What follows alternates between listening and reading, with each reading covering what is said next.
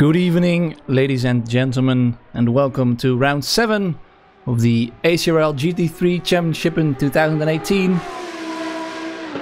We're almost there. Well, round 7 of 8, that is. Today we're at Monza. And I'm Bas Bouma, and with me is Frits van der Zalm. Hello, Frits. Hello. Hello, stream. I'm looking forward to the race. Excellent.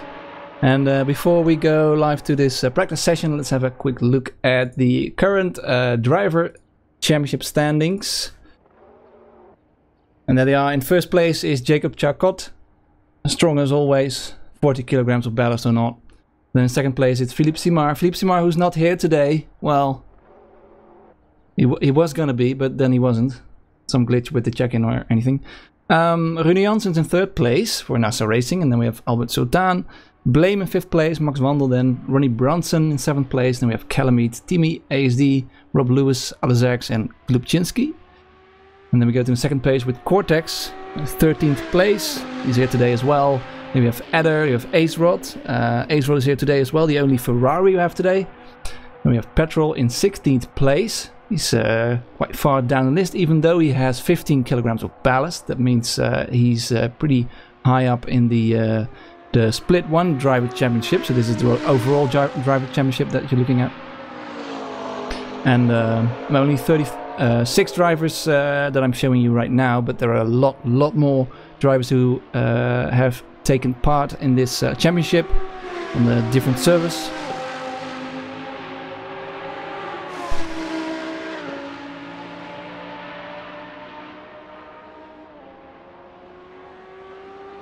And then I'll show you the team championship standings as well. We have ZR Racing in first place, and ZR Racing exists of, let me have a quick look, that is Alezerx and Calamite. In second place is Total Ballast Racing Team with Philippe Simard and Rens de Kok. Rens de Kok also not here today, so no points for Total Ballast Racing Team today.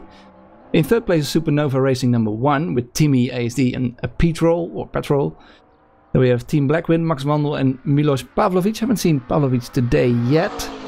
Also no Max Wandel either, so guess no points for them. Then we have ACR with Ronnie Bronson and Nilo Drexel. Supernova Racing number 2 with Cortex and Sylvain Villiers. Sylvain Villiers today here as well. In the first split, currently 21st place. And LKF with Vega and Lily Albanese, the very recognizable McLaren skins. And then we have Chariot Racing, the 2 Ferraris with Werner Grift and Apex Police. Then we have Sega Motorsports, Adder and Serain. Adder here today as well. I don't think Serain is. And then in 10th place is ZR Racing number 2 with Glubczynski and Ozenfant. Or however you pronounce that. So there you go. 6.5 minutes then left in this practice session, and the current track conditions then. There's a lot of info to go over, but let's do it. So 6 minutes of practice session coming to an end then in 6 minutes, and qualifying takes 25 minutes, and then we have a 75-minute race. Lap distance is close to 6 kilometers, pretty long lap, but it doesn't take too much time to go around, even in the GT3 cars. We see 147s at the moment. Air temperature about 24 degrees. Looks like soft tires, I suppose. Well, I haven't driven it myself, but you have, Frits. Can you tell us maybe a bit about, well, what you reckon about tires? Yeah, so today, of course, I think this will be one of the first races where the temperatures don't impact the tire surgery that much, because with all these long straights and big braking zones, well, the tires have enough time to cool down, and with soft tires you have a massive advantage in the braking zone. It will make your braking zone a lot shorter.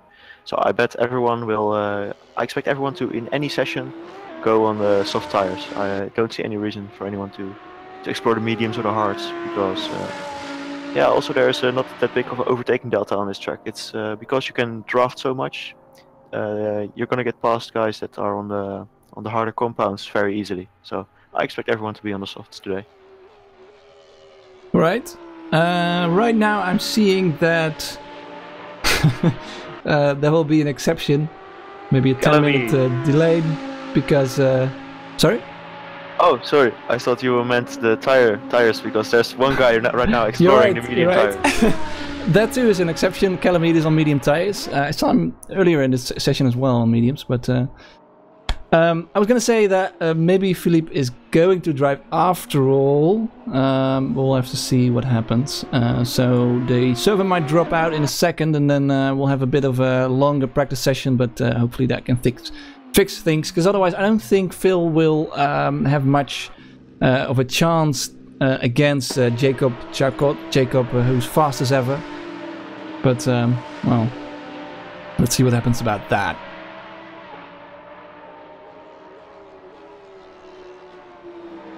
Also, I expect the 40 kilograms to be a bit heavier on this circuit than it was on previous circuits because of all the traction zones. And because, you know, all this weight has to, you know, be moved by the power, and the power is only so limited, so can only do so much. And while it still prevents you from going through the corners fast as well, it also pushes the car down a bit more on the corners, so you lose relatively not as much time as in the traction zones. But well, Jacob has surprised us often, and still he now looks pretty much on pace, quite on par with Tony Robillejo, and Robillejo is having no ballast today, so again looking very strong for Chacot. Yeah, I agree with this. I think we also shouldn't discount Erwin. He had a really big jump from pre-qualifying pace to right now with his 1:48.0, and very important notice, he set his time when the track was still rubbering in. So the grip right now is already quite a lot higher. I would say the track has improved a couple tenths at least. So I think he could also have a shot at a good qualifying position. Yeah. I think we have seen him in a few races earlier this season, but not so far towards the front, and it's nice to see a bit of a mix-up. Also Cortex in 5th place with a 48.1. And Drouser 2K.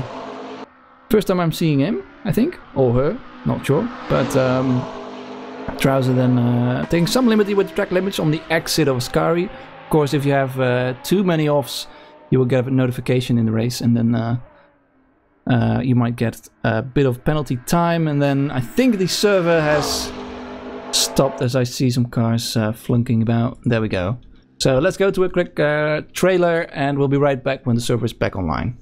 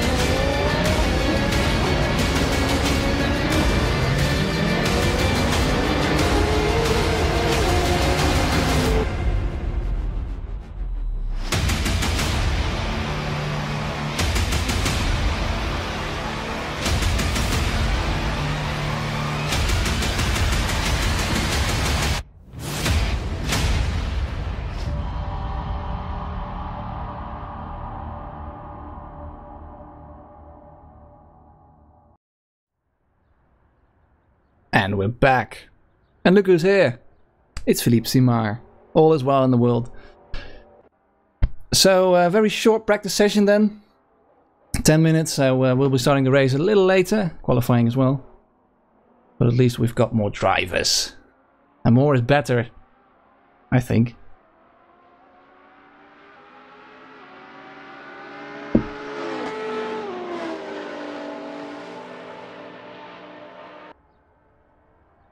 Well, bunch of drivers going out. Immediately we see Pete Rowe coming out of the second chicane. Let's watch on board with him in the McLaren. So accelerating to the first Lesmo corner, turn in pretty early. It's a bit camber, and you can you have a bit of a understeer usually. Brake at the 50-meter board for Lesmo number 2, and he does use the inside curb, then goes all the way wide on the exit curb. And there's no DRS zone, even though the signs are there. Down the hill then, underneath the old banked circuit here at Monza. And then braking roughly where the exit road is, and goes a bit wide, does petrol. And then, well, once you do that, once you sort of screw up, although it looks like he is heating up his tires. Once you screw up the Ascari, the first bit of Ascari chicane, then the whole bit of that will be compromised, and you'll lose a lot of time. And then a bit bumpy on the braking for the Parabolica, and then use you just sort of go parallel to the outside line there on the exit, and then petrol goes over the start-finish line to start a flying lap. Pretty long straights. So there is some chance for overtaking, as Fred said earlier.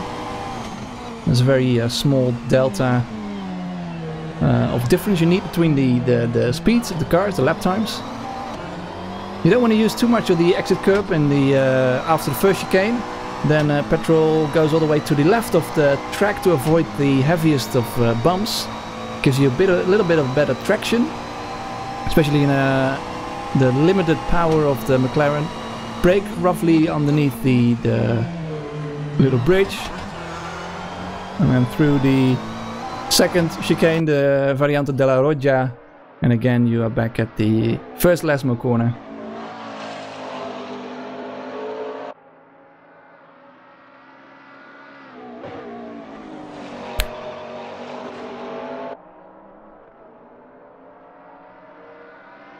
And are we using any modded cars? No, we're not.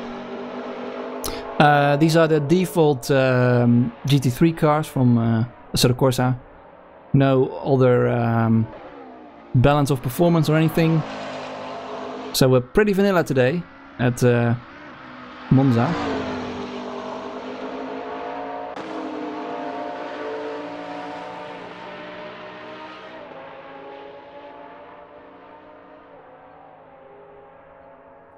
Pretty interesting to see Petrol even with softs on this practice session heating his tires on the back straight before Parabolica to get heat into them for his qualifying lap, for his qualifying attempt that he's going to do right now, for his qualifying simulation. So that's further kind of affirms that we thought that everyone will be able to run softs, and yeah, that he even needs to bring more heat into his tires when he's driving on softs at 25 degrees or something like that. So it's pretty insane. Yeah, it looks like he was doing an extra lap to heat up his tires as well, so he didn't go flat out. Maybe because he screwed up his lap somewhere, but has enough fuel for another attempt by the looks of it. That might be something that we will see more often. It's not a track that's very heavy on the tires, of course, so you might as well do a couple of laps just to be sure, and then towards maybe the end of the qualifying session you can do maybe some single hot laps. At least that's one strategy that I've used in the past. Works reasonably well.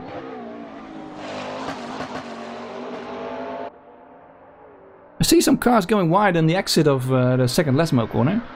I don't think the stewards are that strict today, which, to be honest, I kind of like.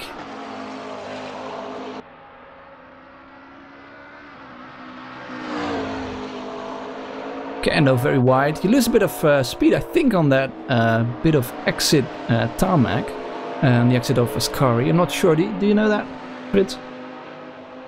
I'm not sure if that's the slowdown tarmac with less grip on there, but Okay. yeah, definitely outside of Parabolica where Petrol is driving on right now. Yeah. The painted tarmac, that's definitely costing you time. It will hinder your power down. Yeah, it looks like he's trying to get a very long run, so he's going for another lap. And who are also on track? Well, Albert Sultan is crossing the line, not improving. Maybe a bit of a cooldown lap and then tries to go for another one. Although his first sector was pretty good. Timmy ASD improving, second place for him currently. Qual is on quite a quick lap, I think. His first sector was pretty good. Let's watch on board with Jacob then. Going through Ascari. The exit, use a bit of that inside curve. Very neat driving from him, as we've seen before.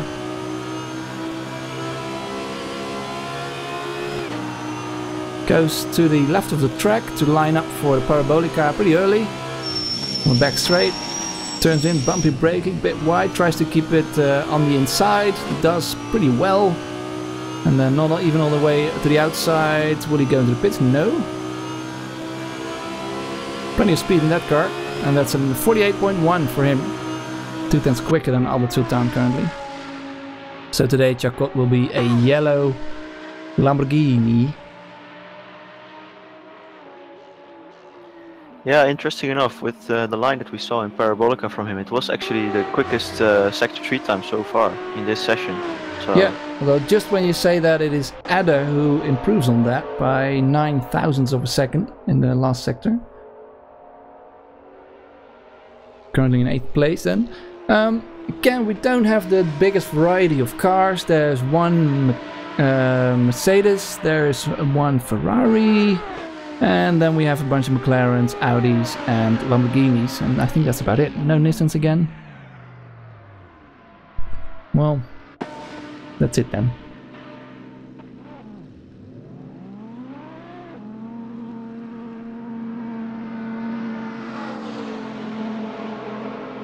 So before we end this session, let's have a look at who we've got. We've got Chacot in first place, then we have Petrol, Albert Sultan both in the pits, then we have Timmy ASD going for another lap by the looks of it, currently 4th place with 48.3.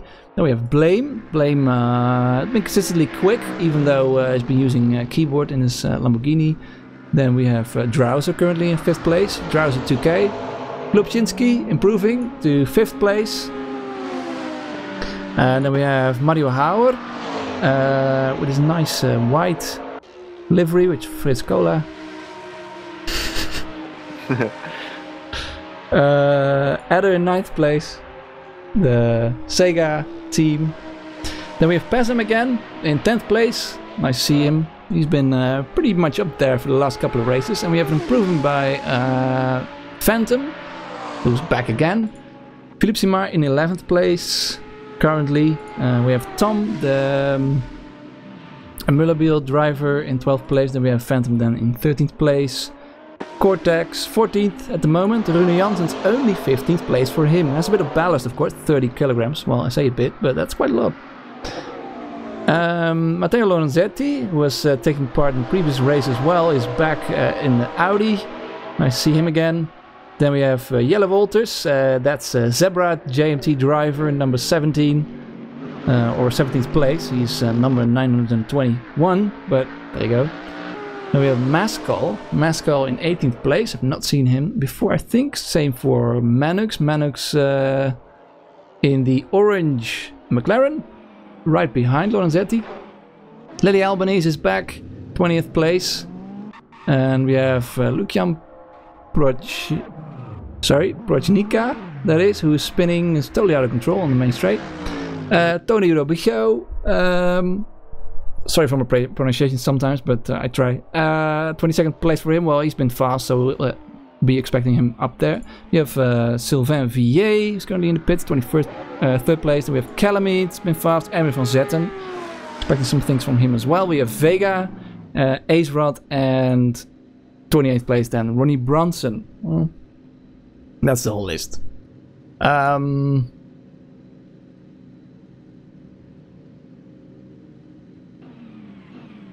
We'll be right back for the qualifying session.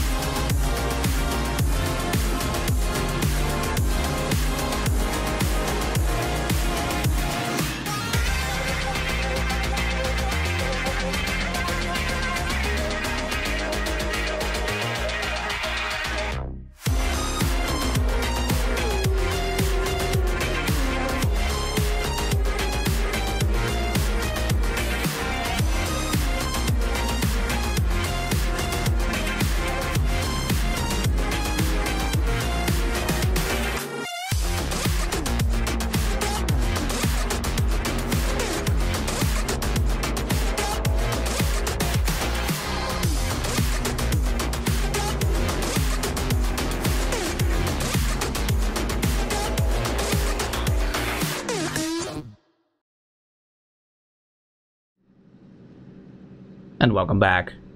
Should be starting qualifying in a second. Let's have a quick look at the practice results, though they don't mean that much. But there you go.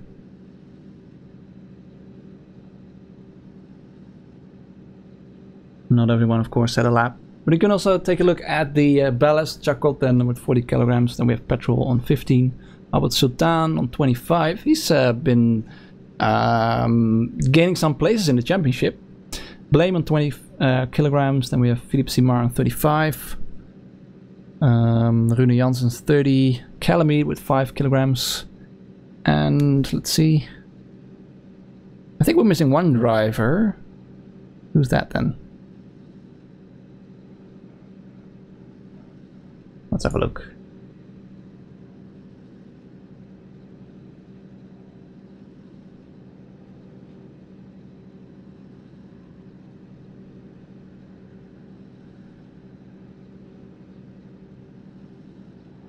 That would be Max Wandel, I think.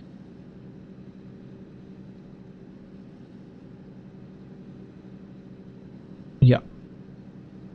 Looks like he's missing.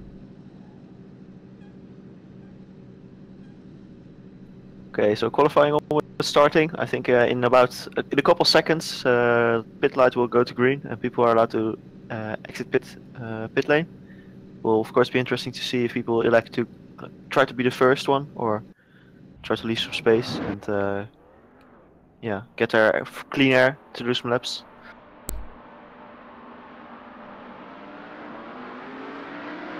First one out looks to be Petrol. Then we have Yella, I think, and then a couple of Audis. And look at this whole line of cars going out all at the same time. They'll have some difficulty. Yeah. One could say it's a gaggle of cars. You could certainly say that. I think this will be quite a gaggle.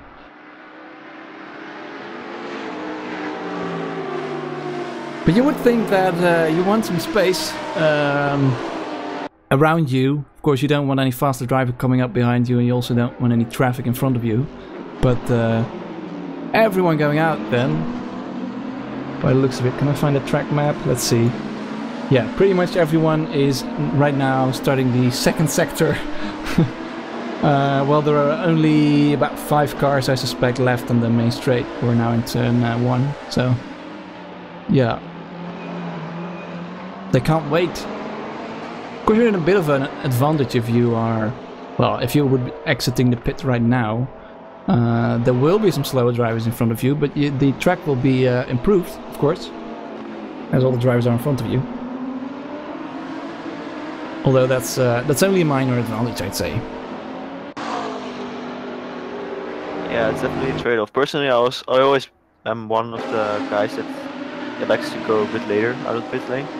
I don't like being in traffic, but I can see the appeal to go out quick too, because obviously if you're late, you have more chance to find someone who is somehow turned around or rejoining a track, or yeah, that could also interrupt your lap. So it's a trade-off between getting stuck behind someone who is not as fast as you, and yeah, maybe finding someone who's off track or something like that.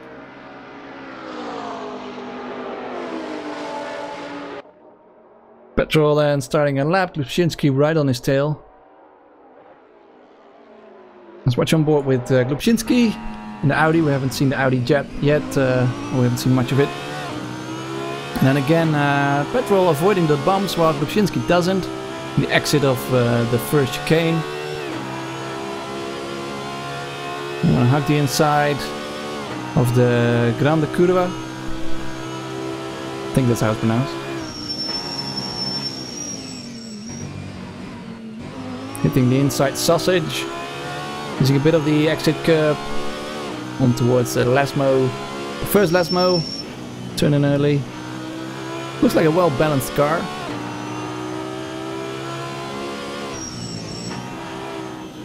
Also using the inside curb there. And second Lasmo. And who we have so far? Well, we have Chakot with the fastest first sector with a 38.4 purple sector, and we have Ronnie Bronson seemingly very quick in the last sectors, though it was a warm-up lap. Petrol now improving in the second sector, fastest middle sector then. For him, let's see what he can do. But well, Chakot is not far behind at all, and Cortex, nice to see. Is it? No, that is, sorry, that's Drowser with now the fastest second sector. Yeah, it will be very interesting to see if Philippe can quickly turn on, because obviously a lot of these guys had either like the full hour or maybe joined a little bit later and had a half an hour to warm up and get into the groove of beautiful Monza. Well, of course Philippe only learned that he could be added to the server booking list like right before qualifying, so obviously he's jumped into the car a bit cold, and let's see how quick he can turn on and make sure he gets a good spot. And Chakot in first place as he's in the traction zone of the first exit. The reason I mention it is that I think the balance will do quite a lot, but well, again we see him being very, very quick indeed. Same for Drowser, bit surprised, but happy to see some new faces. Well, not so much faces, but yeah, doing well.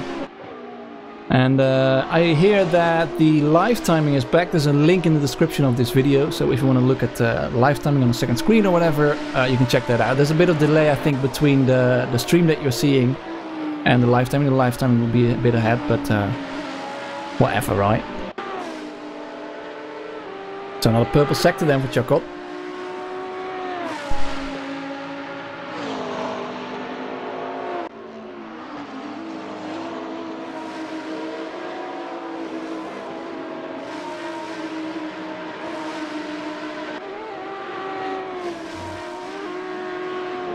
And then the fastest first sector now is Tony Urubiejo.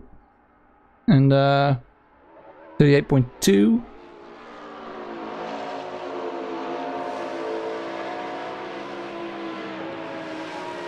I don't think Chakot will be improving. Looks like he's taking it easy.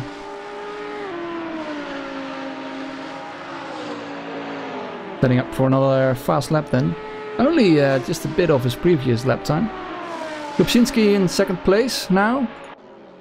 Petrol in third place. And Simar is slowly, steadily improving. Currently ninth place. Cortex fifth place for him.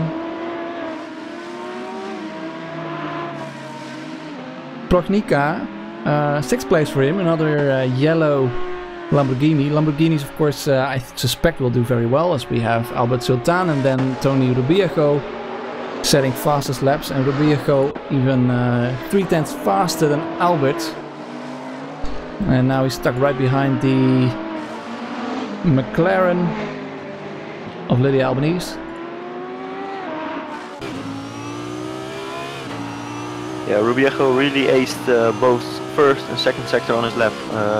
I think he is like that's where he wins his time. He's a tenth quicker in both of the sectors compared to the entire rest of the field. So it's a really solid first 2 sectors of him. Yeah, for sure. Though his last sector wasn't very bad either, but there's a lot of slow corners, of course, in the first and second sector. Well, the last sector is a bit faster, so I suspect that the McLaren is pretty good in the last sector, maybe the Audi as well. Audi we saw being very good at Virginia, of course, last round. Also a lot of fast corners and technical bits. All drivers then on soft tires, so a bit boring to look at all those red S's, but at least you have the information.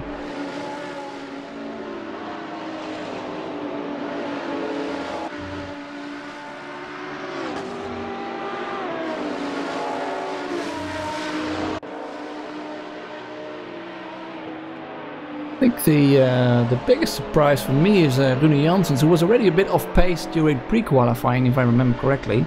Let's see what he did.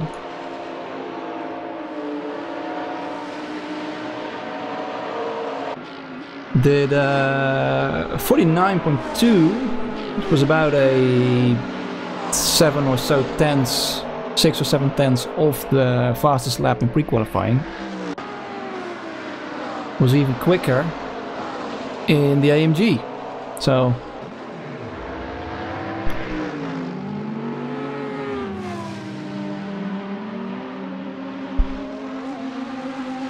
Aaron Monzetta in 4th place currently. Not too bad.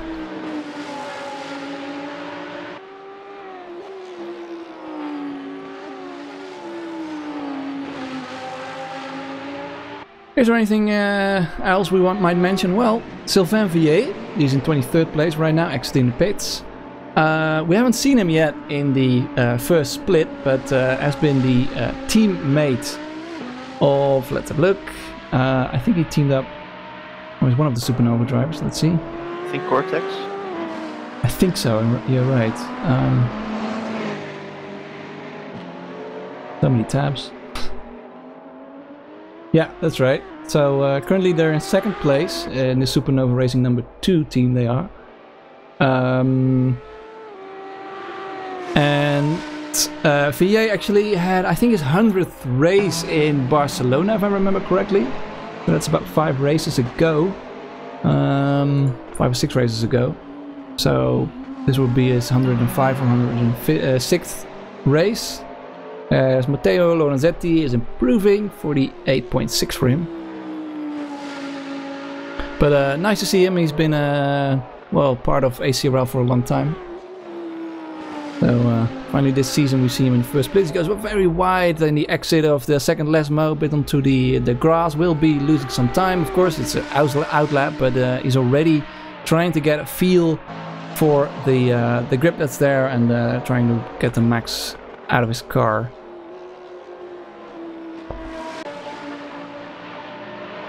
Then crossing the line in any second now is Rubiejo, and also we see him taking a very tight line on the exit of Parabolica, so maybe that's something that we'll be seeing from the Lamborghini drivers. Fastest last sector then from Timmy ASD, who's in 4th place.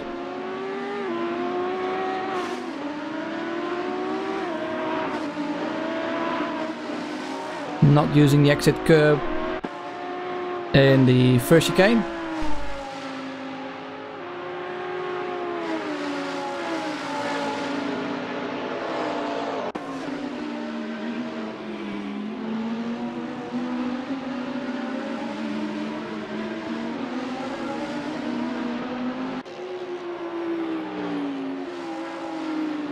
There's a bit of his own first sector is Rubiejo, and then a bit of understeer. through the first last mow and then the second last mow, again using quite a lot of the inside curb. Underneath the Kuno sign, down the hill. Was teammates with Albert Sultan, so both of the McSultan drivers are looking very good today. No improvement from Robiejo at the moment, but he might be setting up for another hot lap. We see quite a couple of cars very close together in this last sector.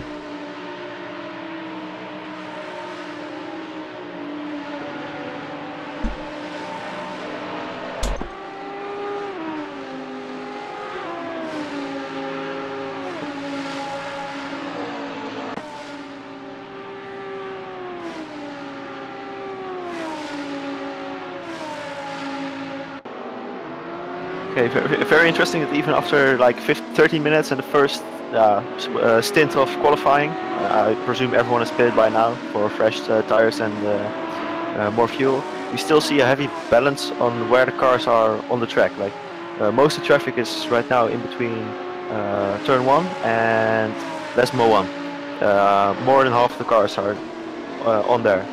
If I were the drivers, it's really valuable always to have a track map open and see where the gaps are, so that when you pit, you make sure to maybe wait 20 seconds and then get some clean air so you can make every lap count. Yeah, that's a good point. Although you might end up wanting those 20 seconds, of course, in the last on your last lap of the. Ooh, a bit of a moment there from Robiejo. Went all the way onto the curbs, but yeah, I mean. Those 20 seconds at the end of your lap, you might need it, but it's even better probably to have a bit of a gap and get your minds straight, because even though this is just sim racing, the psychology is pretty important, and want to be out there. Speaking of psychology, Simar then in 18th place. Janssen as well in 17th place, now entering the pits. And Erwin van Zetten, we've seen him being fast, 5th place for him. And the only Ferrari, just 28th place for Ace Rod at the moment. Though Yellow Walters, 19th place, not too shabby, only just a second off the pace. And we have the top 18 within 1 second currently. So again, very, very close indeed. Even though we've had a bit of a drop-off between the drivers, I think we started out with over 100 check-ins, and now we have 54, I think.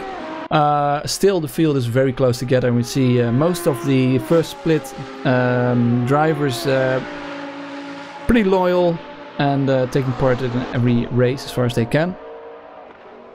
Timmy ASD then out of the server at the moment. I have to say, Ascari during qualifying is very interesting. You can clearly see a difference between the absolute top level guys and the midfield guys. Top level guys, they just drive a straight, clean line and know not to overdrive the fronts. And yeah, you see some guys that are a little bit down on pace compared to them. You see them fishtailing a bit, really wrestling with the car through there, maybe going a bit wide out of the second, out of the right kink in Ascari, compromising their exit for the left one. So yeah, it's really interesting to see their different lines through there. Take a look at Erwin van Zetten then, went wide earlier. Looking good, as far as I can tell. And warming up his tires then, going for another lap presumably. Most drivers are out, only Roddy Brunson in the pits. Well, as I say that petrol goes in the pits, but that's 26 drivers on a relatively short lap. Out on track. A lot of action going on with only 10 minutes left in the session. And who is interesting to have a look at then? Well, Erwin van Zetten, as I said, starting a lap right now. Also, again, a Lamborghini driver keeping to the right on the main straight. Braking then for turn 1.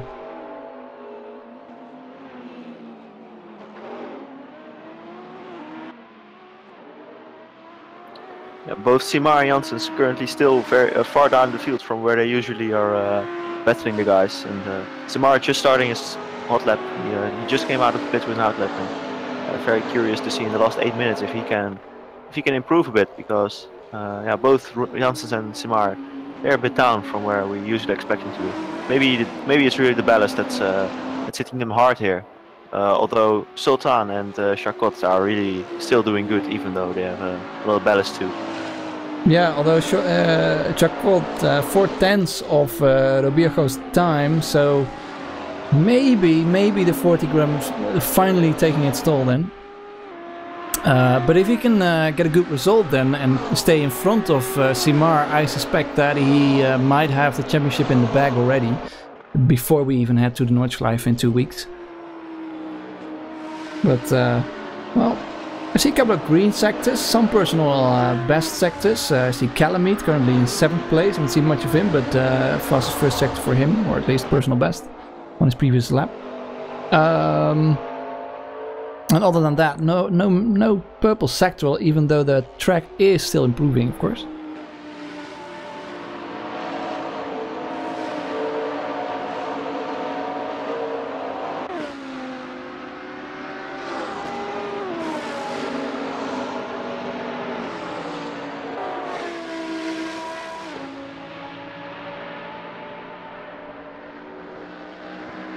I think Simar backed off in his lap, and he'll try again following lap. He'll try to slingshot himself onto the main straight and carry as much speed as possible to win those couple hundredths of a second. Of course, we shouldn't forget that the field is very close, so yeah, even if the balance is costing you a couple of tenths, it drops you down a lot, since basically past the top 5 to all the way to P20, it's within a half a second, so it's insanely close. As it often is. Lubczynski then, let's take a look. There we go. In 5th place, did a bit of an improvement last lap with the fastest last sector as well. It's not the fastest sector we've seen, but the fastest sector of all the recorded laps. There were recorded fastest laps by the drivers. No, maybe that's confusing, but there you go. And currently Rune Janssens in front of him. And yeah, we see, I mean, Blame also in 12th place with 20 kilos, but so far this season both Rune Janssens and Philippe Simard have had not the greatest of races. We often see them at the front, of course. Last season myself I had a very close battle with Rune Janssens at the end of the season for the championship, in fact. So we often see him out in front as well as Simar, but both now pretty far down, and we've seen that happen in quite a few races this season. Robiergo then improving in the 2nd sector. 2nd sector, of course, not always the fastest sector for the Lamborghini, but still many traction zones there, and again pretty close to the right side, and then he goes into the pit, so that was not the fastest lap by him. I think Philippe might take a 10th of his best time so far, which should move him up a little bit. So that is indeed a slight improvement, but still 8 tenths of the current pole position lap of Tony Robiergo. Although we have another 47.999, only barely though, so from Abboud Sultan.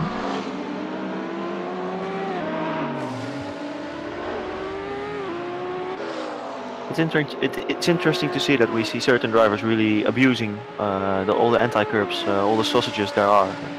Other drivers kind of leaving them alone. Certainly in the 2nd chicane, yeah, and maybe also a little bit on the right-hand part of Ascari.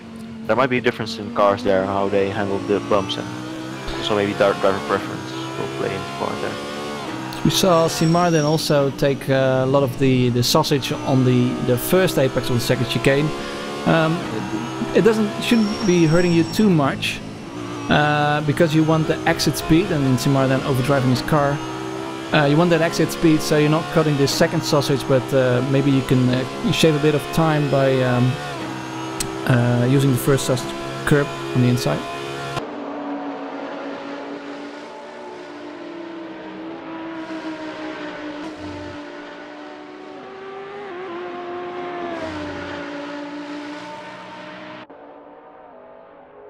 And another very fast... Oh, sorry, that's still the same lap. Rune Jansen's then improving. So, personal best in both the first and second sector. Then turning a bit early for Parabolica.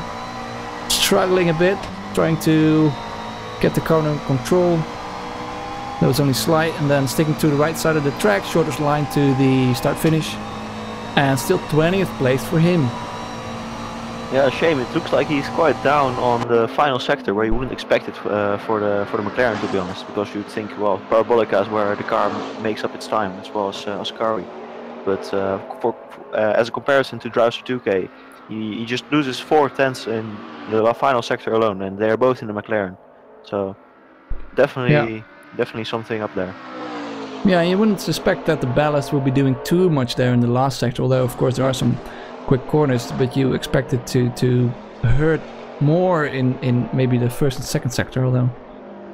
Yeah, if you compare with Charcot, you'd say, well, I would personally say the McLaren probably it should be at least equal in the final sector. At least if it's good in any sector, it would be the final sector. And Rune Janssens, he's also losing to Charcot 4 tenths in the final sector. So. Charcot then right now is third, right behind Sultan. Still no 47 from him, but well, if those 40 kilograms would be about maybe 6-7 tenths of a second, I don't know, then that would give him a very good lead indeed over Robiejo, but such is not the case. And he's still a bit off. Then we have Zebra driving behind him. 24th place for Jelle Wolters.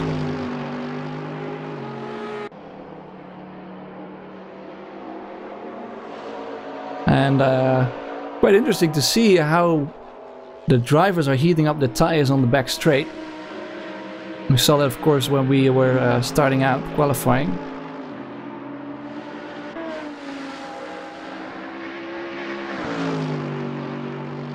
And can Jelle then improve?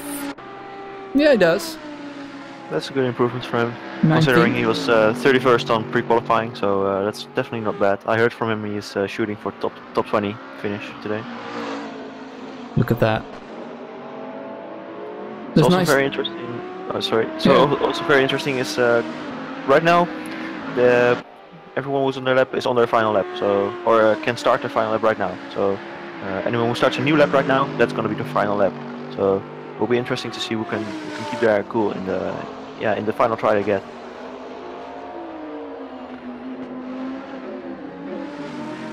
We have Pasm improving, Pasm in 13th place. Mannix then in 12th place in the McLaren. Not too bad either. And now we have the top 24 within 1 second. Yeah, final shot for Rune and for Philippe to improve. I saw Philippe, he made a slight mistake on braking into the second chicane, so there's his chance at a really high qualifying lap gone, but maybe he can consolidate and at least improve a little bit. Yeah, and Rubio with a 47.7 improves. It's a very quick last sector. Same for Petrol. Sorry, who also will improve then. But can Janssens then improve and get a bit further up the field? 17th at the moment, crossing the line. Still 17th, but he improves a bit. And then Simar in 21st place. We have Tom, Villiers, Mascal all in the pits, who I don't think will be improving then. I do see some personal best, so drivers really going for it. I even see purple sector from Manux then, 15th place still though. And Simar going into the pits and giving up on his lap, so that's 21st place for him. That might give us some excitement in the race. We have Erwin van Zetten currently in 5th place, also going in the pits then. Timmy ASD is still on a fast lap. And let's see where Rubiejo is. He's just in front of Timmy ASD, going onto the back straight out Ascari, under the bridge.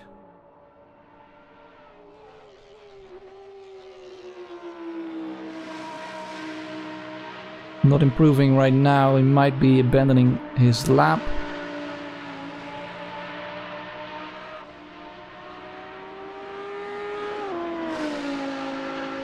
So goes for it. Crosses the line. And does improve indeed. So a very quick last sector from him. 47.5, currently the fastest lap, and I don't think anyone will be able to do anything. Team ASD then crossing the line. In 7th place still. So there you go.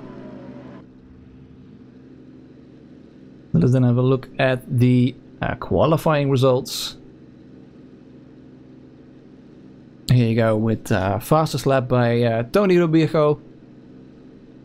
As we were expecting, was looking very quick in the pre-qualifying. Couple of Lamborghinis, top 6 we see 5 Lamborghinis, so doing pretty well. Chacot then in 3rd place. We have Petrol the 1st, McLaren in 4th place. And Aaron van Zetten in 5th place then. We have Prochnika. I'll keep trying. In 6th place in a Lamborghini as well. Then we have another McLaren with Timmy ASD. And then the Audis, the first Audi only in 8th place, which is Glubczynski with not too much ballast. Well, I say no ballast at all. This Calamite who has 5 kilograms of ballast. So it seems that the Audi is not doing so well on this track. Adder in 10th place. Then we have Cortex in 11th place. Drowser 2K in 12th place. Then we have Mario Hauer in 13th place. Then we have Blame. Manux then in 15th place, Pasm in 16th, then we have Rune Janssens, then Matteo Lorenzetti in 18th place, then we have Ronnie Brands in 19th place, Jelle Wolters in 20th place, Simar then 21st place as we saw, Lily Albanese in 22nd, we have Phantom, then we have Tom, Sylvain Vier in 25th place, Mascal, Acerod, and last 20th place is Vega currently. I see some drivers switching to medium tires, but we'll be right back after this trailer. And let's see what the race will bring us here at 2018 GT3 ACRL season.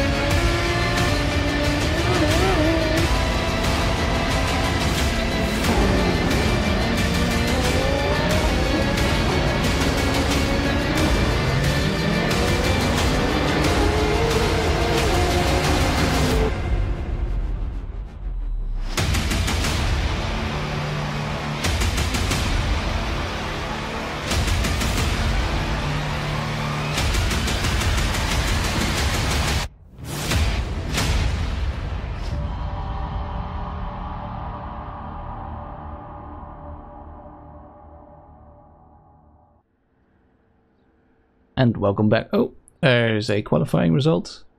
Let's take a look at the grid instead. Going on top. Wait for the...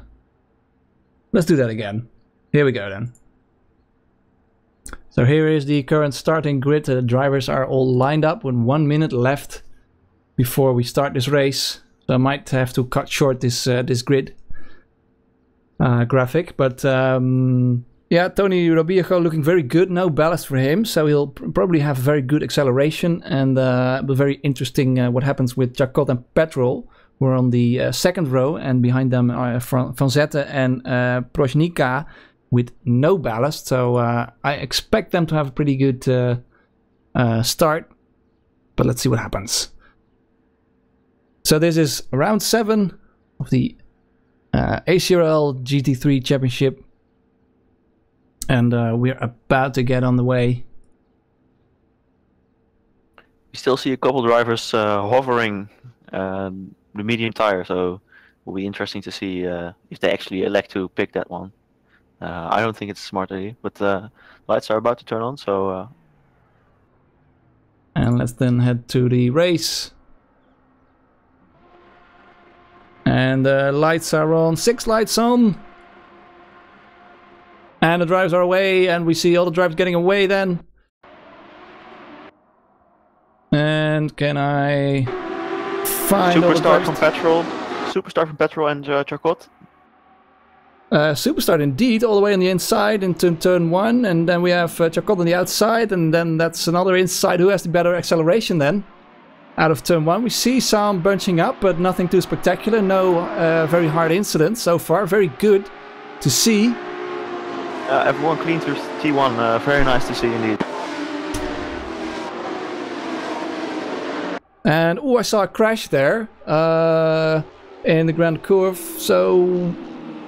What happened there? I see Simar dropping. Is it? I see Team ASD dropping. And I see a driver, Lamborghini, then being very enthusiastic. That was Heather.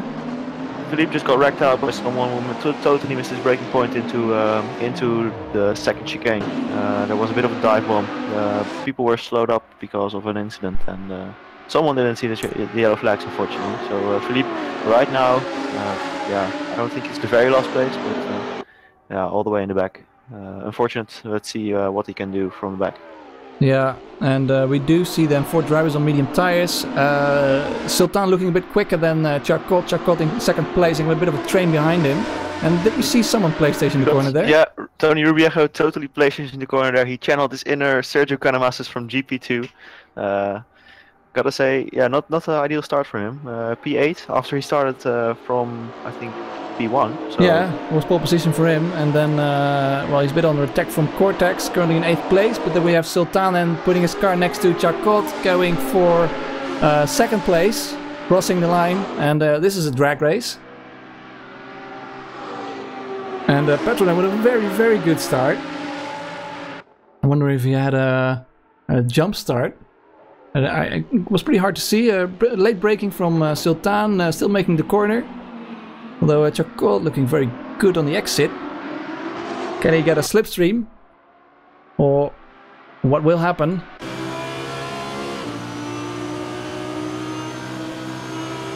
Very tight, and also Drowser then riding the tail of Manux. And Chacot having a look, as well as Van Zetten.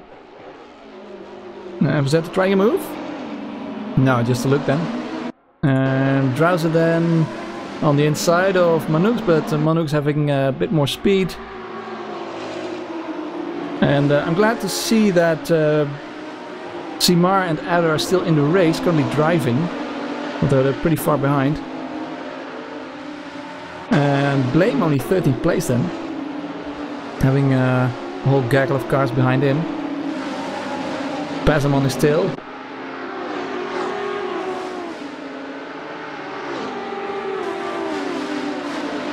Cortex having a look into Ascari here. Side by side with Rubiejo, trying to outbrake him. Yeah, it's pretty hard to go side by side into Ascari, but they managed to do so. Although Rubiejo is pushed onto the curbs a bit and then loses some speed and is immediately under pressure from Prochnika. I'd be surprised if Prochnika managed to go around the outside of Parabolica. It's very hard and easy to close the line by Rubiejo there. But of course he could be able to set up an attack for turn 1, although no, it's a very slow accident. Yeah, he had loss of traction there. He had loss of traction, so yeah, big loss of ground compared to Rubiejo there. Good slipstream then from Rubiejo on Cortex. Cortex defending on the inside into turn 1 in the first chicane. And Rubiejo then braking late and trying to use all of that track and keeping the inside for the second part of that chicane. But then it is Cortex with slightly better exit. But can Rubiejo then keep his slipstream and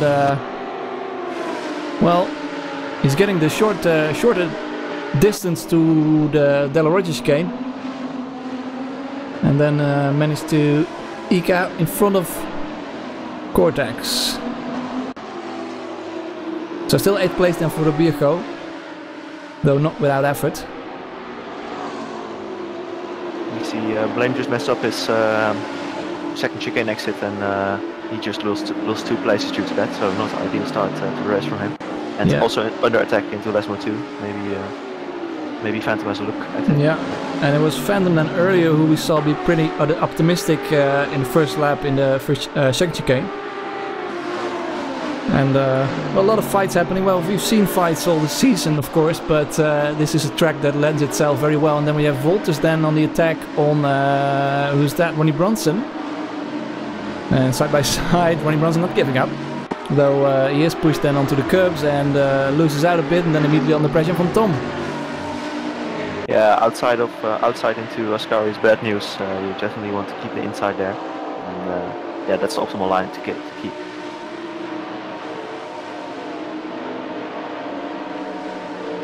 And Sultan then still second place, running away slightly from Chacot. Previous lap was 2/10 quicker, also a bit quicker than Petrol, who's in front of him. So maybe we'll see a battle shaping up between the top 3 drivers. Erwin van Zetten though, 4th place currently, but under pressure from Lubczynski.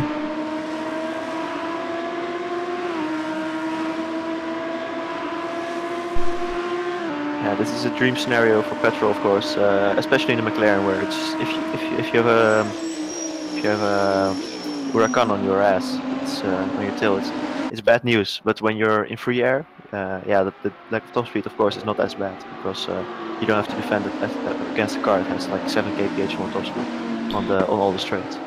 Pesem and Mario Auer fighting it out in the second chicane, and Mario Auer not giving up, trying to get a slipstream towards the first Lesmo, having a look, but doesn't try anything for the moment. And you see that once a driver has to make a move and to get out of shape, immediately they are under pressure from the cars behind. And we have Rune Janssens then looking good in the slipstream of Lorenzetti. And let's see if Janssens can play it smart as he usually does.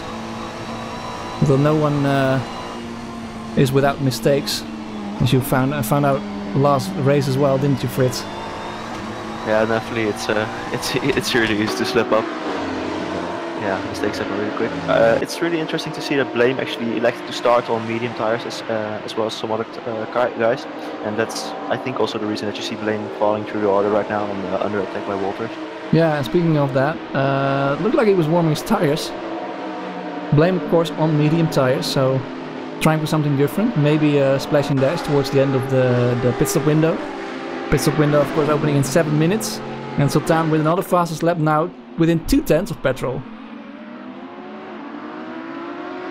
And Rubio is in 7th place, so he did some overtaking. And we'll expect to see him go through the field pretty quickly, as he's been very good on pace. Wolters outbraked Blame into the first corner, and you could really see the difference in traction as well, in the braking as well as on acceleration out of the corner. With soft tires, even as a Mercedes versus the Lamborghini, he had a way better exit, getting way better acceleration and winning it there. And Wolters then very much towards the inside of the corner defending. And that cost him a lot of speed on the exit, as Blame takes advantage of that. Very clever driving from Blame. Not so much from Jelle, unfortunately for him. And we see a car going off. That's Rune Janssens, isn't it? Yeah, that's Rune. Let's find him. Yeah, so detour. Dropping massively now in 20th place for Rune Janssens. And well, like we said the previous lap, everyone makes mistakes, and that was a mistake from Rune Janssens, surely. And go ahead. That's the new McLaren edition, John Deere, as he likes to call it. He often makes a joke about it when he goes off track. And then lose another place to VA.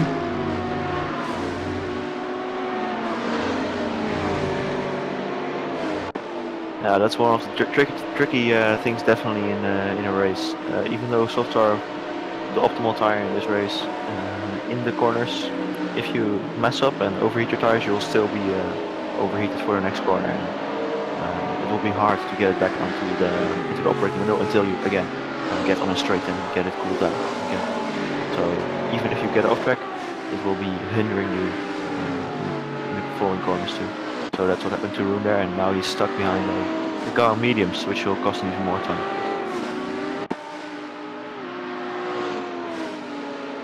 Yeah, and his tires might be hurting. Track temperature is 27 degrees, which is quite hot for the soft tires. So maybe his left rear will be quite hot, especially after making a mistake.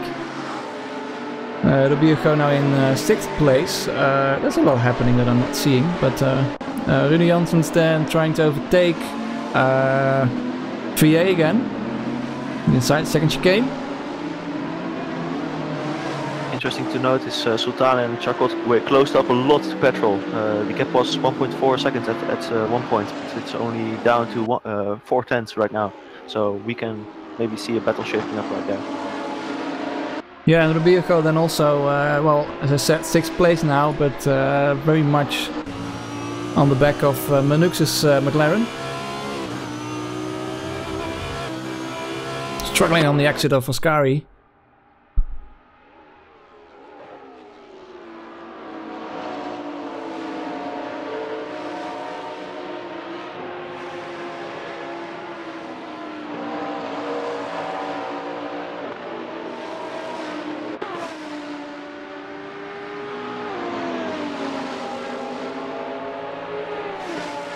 And now in the slipstream of Manux. Manux trying to go all the way to the exit. The track is going to defend. No, he's not. It's quite a sitting duck there. And Rubio then overtaking him on the inside. Can he brake early enough? Certainly he can. Quite the experience he has. And the Manux then knowing that he doesn't stand a chance to the Lamborghini. And we see Drowser and Calamite fighting it out. Drowser being pushed on the curbs. And Pasm with Erwin van Zet and Mario Hauer.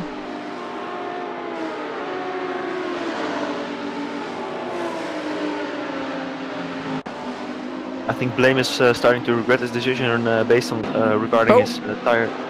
There's a battle for the lead, and we saw then Sultan, I think, was on the inside in the first last mode, but then touched the rear of Petrol, and Petrol almost went around, but then didn't. And is now right behind Chacot. Sorry to interrupt, but this is of course a battle for the lead. Yeah, always. It's the most important thing going on right now. And Petrol backing off into the Ascari chicane. Bit of damage on the right side of his car. Going wide all the way, and the exit of Ascari, trying to get all that speed, trying to stay in the slipstream.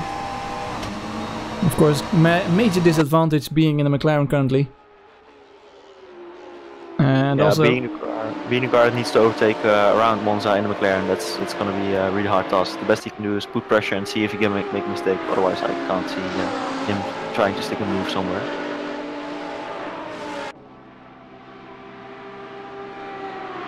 And Simar then overtook, I think, Vega just before Ascari, or he's now very close to Mascal. And Rubio goes, that's not the fastest lap. So Simar then trying to set up an attack on Mascal. Still a car between them.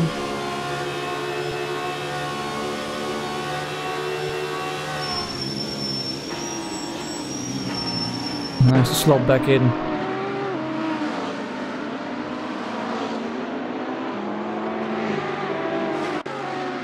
Erwin van Zetten on Prochnica. Second chicane. Lamborghini versus Lamborghini. And it is Prochnica who then has to decides to back off. And another attack. Bronson on Tom. Now we see a car going round. That is, I think, Mario Hauer, who's now dropping in the standings. There you go. And that's a free place, you could say, for Simar then. I think right now Blame is hating his tire choice. As you can see, like the Huracans are really working well on the soft tires, and yeah, we saw Blame battling it out with Jelle a couple laps ago, and now he's already 1.2 seconds back. So definitely, well, he qualified higher up than Jelle, so definitely not liking his tire choice right now, I think. Maybe though his tires will come towards him a bit towards the end of the stints of the soft tires, so about halfway through the race. And has maybe needs less time to stop. And we have a fight between ACRL, VA and Simar then for 20th place. Simar then trying to cut through the field and trying to gain some places. And to keep his chances for the championship alive. And then on the inside of VA, Audi versus Audi. Very close. Trying in the slipstream from the orange Ferrari. And ACRL not trying to defend. Not trying to lose too much time as he's driving his own race. And it is VA then who brakes very late, hits the rear of ACRL. And gets a bump then from Moscow as well. And where is VA gone to? He took the shortcut. So it looks like he's waiting for ACRL to let him past. And Rune Jansen is now very close to Ronnie Bronson. Still out in front, Sultan in first place, Chakot in second place, and then Petrol in third place. Lubczynski and Robijo not too far behind. Robijo now in fifth place. I think Cortex then might have lost some places. Not sure about that, actually. No, it was Van Zetten. Sorry, yeah, Erwin Van Zetten now in 10th place. Lost 5 positions compared to the starting grid. So something might have happened there. And then we have Ronnie Bronson on Tom. Easy overtake.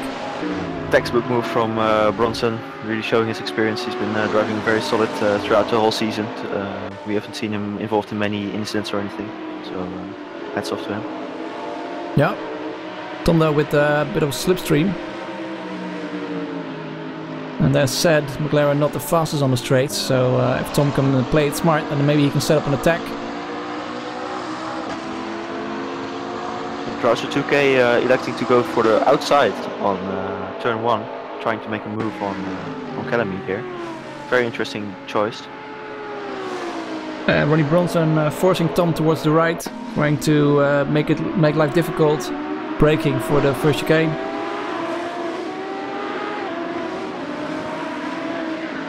And yeah, Ronnie Bronson pretty careful there, but that means that he's immediately under attack from Rune Janssens.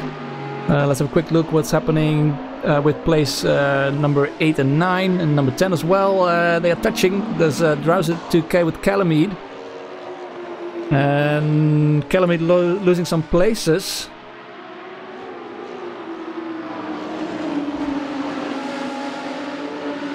And Van Zetten then gained place.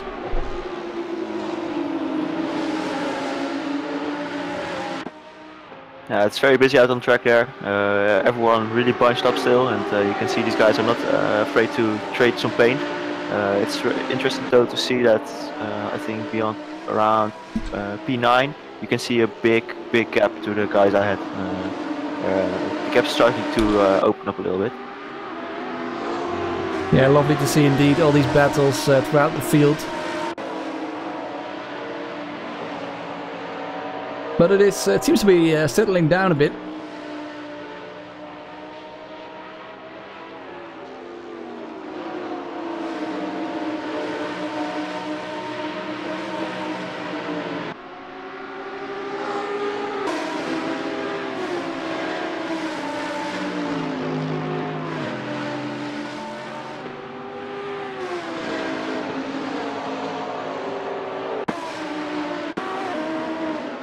And Brosnika then trying to make a dummy move on Pazem.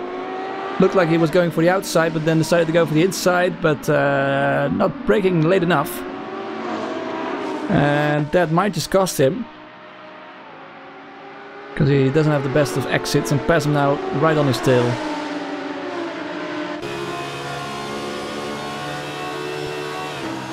Trying to break the slipstream and trying to attack as well is Brosnika.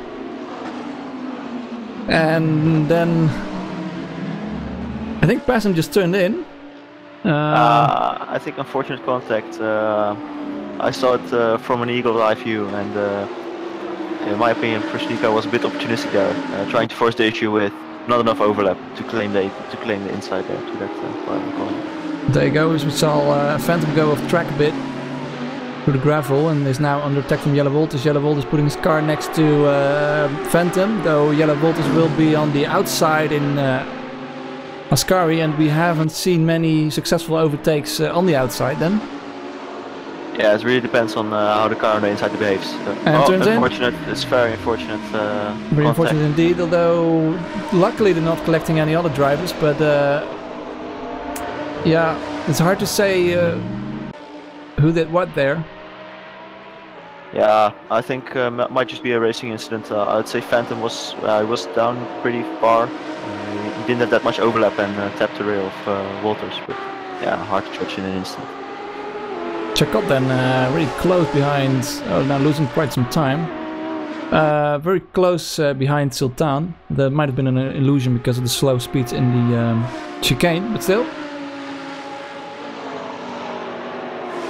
Still, I must say, if you look at the guys on mediums, I think Blame started in 14th place. Vier, well, actually, Mascal, Vier and Vega all gained some places. Of course, few things happened in the first lap, but still, not too bad. If they can keep that up. Yeah, definitely could have been worse. I guess they took they got some freebies from the car, from some carnage, but yeah, raw pace is not that great for them. It will be interesting to see how the strategy plays out. If they elect to go for a tire change or not, and what their fuel situation is like. Because well, there's two options basically. Either they fuel the whole tank for the start and they will do a splash and dash, or they only fuel like 60 liters and will do a tire change. In that case, they don't have any advantage from taking the harder compound, except for the last couple minutes of each thing. But yeah. So it will be really interesting to see which guys can go for a splash and dash because they took less more fuel at the start. Because that saves you about I think 10 or 20 seconds. 20 seconds I think it is from the tire change. Pesam then about to make a move on Prochnika. Pesam currently in 11th place, Prochnika in 10th place of course. Trying to go to the inside, there's no space, tries the outside then. And Rubiojo also very close to Lubshitsky. Rubiojo being forced on the outside. Not the first time he's been in that position. Tries to take the smartest line and has a good exit. But is he close enough though? To get a bit of that slipstream, that sweet, sweet slipstream. Looks like he does. Of course, no ballast, but all the speed in that Lamborghini on the inside then.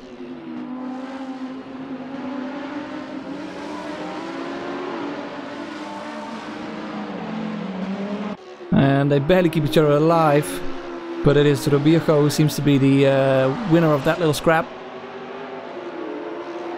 Yeah, even though Krupskinski lost position there, it was a really intelligent drive from him, I would say. So some drivers turn in there, but he thought better of it and saved his race to sacrifice that position. And we still have Blame in 14th place, being under attack from Tom. Does look like the drivers behind Blame are slightly quicker on pace, as Blame is dropping a bit from Calamide.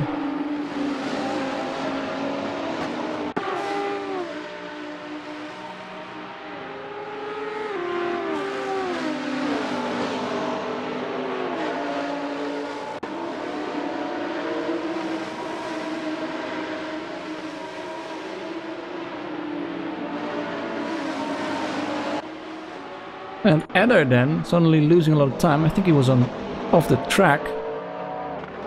I saw a comment about Mario Hauer, who was all the way behind, but then suddenly I saw Eder dropping.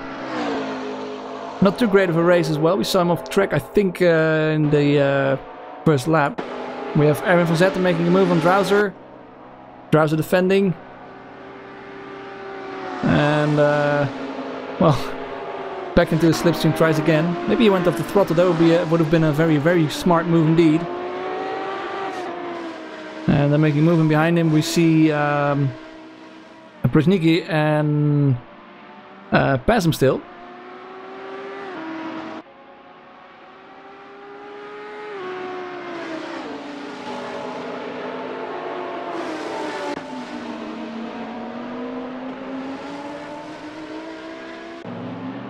And a bit of a fight going on, another one in turn 1.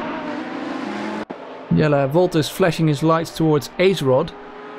Not sure what happened there, but feels like he might have been in a disadvantaged position somehow, one way or the other. And Drowser, 2K and Van Zetten still fighting for it. I think in this part of the lap we expect Drowser in his McLaren to be a bit quicker compared to the Lamborghini of Van Zetten.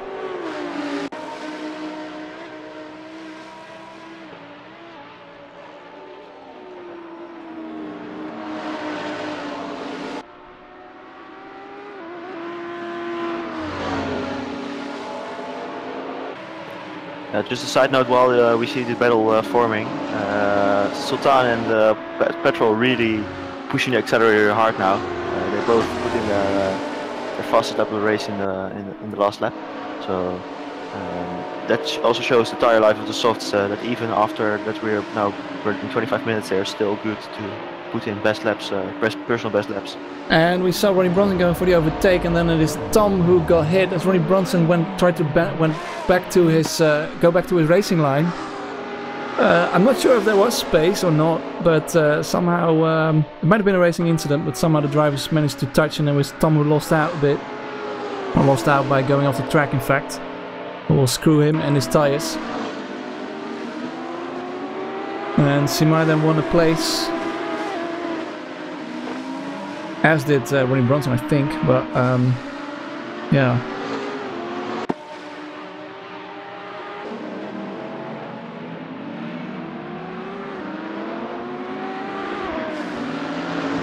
So all these battles going on in the midfield. Top 5 pretty much settled for the moment, I think, though Glubczynski is right in the tail of Manux. Glubczynski earlier lost out to Manux. And making a move is VA on top. Barely enough space. As we see Phantom really going deep in on the second chicane, so he overshot the corner way overshot it. He definitely licked the stamp there, but luckily the other drivers were had good spatial awareness and decided not to turn in on that. Yeah, it's all very neat, very nice if you manage to be able to indeed lick the stamp and just send it, but then you have to be able to survive the corner as well, the both of you. And Phantom then on the inside of Lily Albanese, and managed to go for the overtake in Ascari. Nice move, bit wide then. I think something happened with Petrol. Last 2 laps he lost a lot of time. I think combined total of 2 seconds compared to the top 2 guys. Yeah, his last lap was a 49.2 compared to Chuck Cott's 48.6 and a 48.5 from Rubirgo. So yeah, seems to be losing quite a lot. Calamite then into the pits. There you go.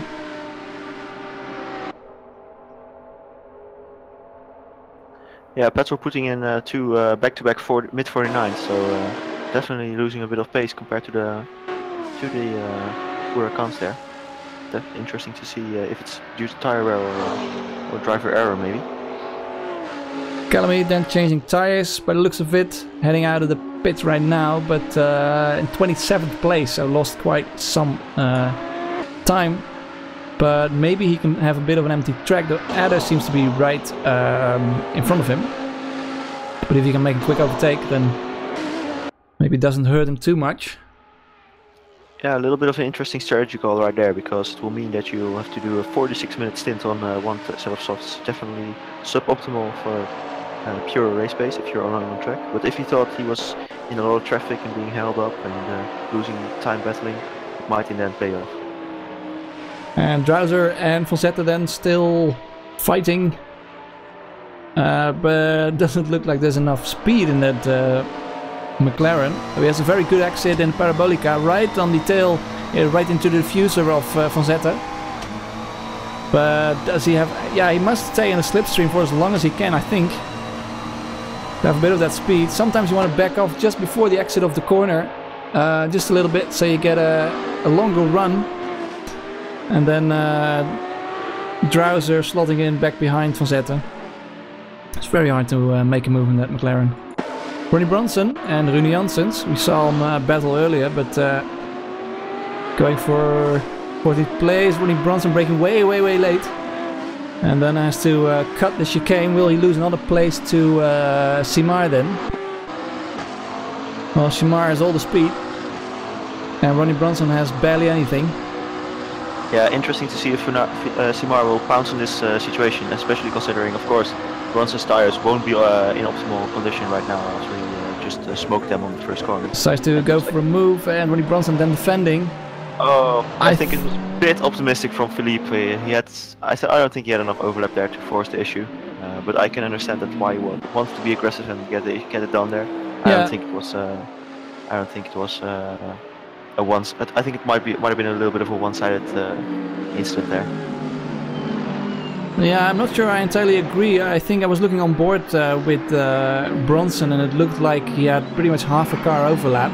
And as long as the front wheels are in front of the rear wheels of the cars you're trying to overtake, I think you, according to the ACRL rules, have enough overlap. But we'll find out after the race. Ronnie Brunson then lost a couple of places and now tries to gain back a place from Acerod. And we saw Simar being involved in some incidents. Of course, he's not having the easiest of seasons, might be due to this ballast. Seems to have quite a big effect on his car.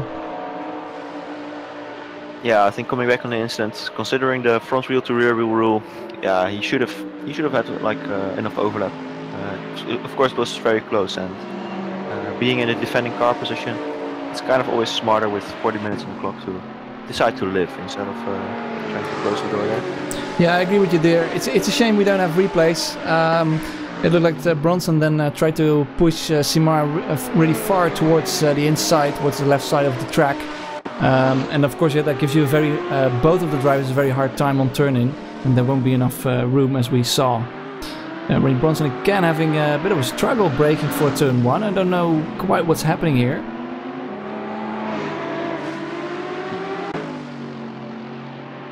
But then VA having a better exit as the shorter line towards the second chicane.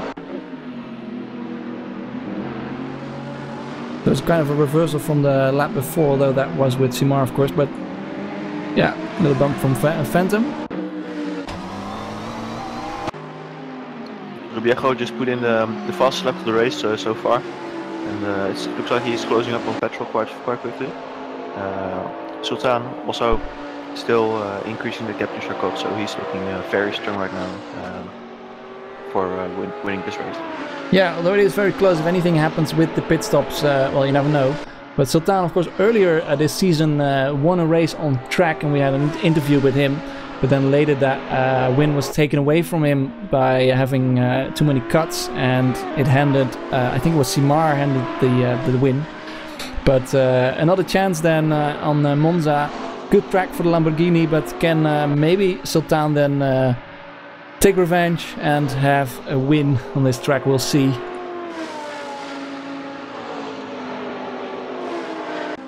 Pit stop window open for another 26 minutes, so we're closing in on halfway into the race. And Brunson still having to find his way around all these battling cars around him, and VA pits, but Brunson then under attack from Phantom, tries to break the slipstream, is not able to. Phantom on the inside now for turn 1. There's the upper hand so far.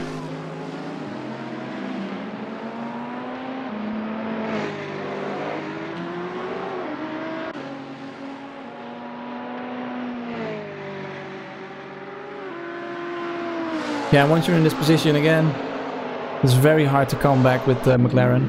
Well, unless, of course, Phantom would make a mistake now.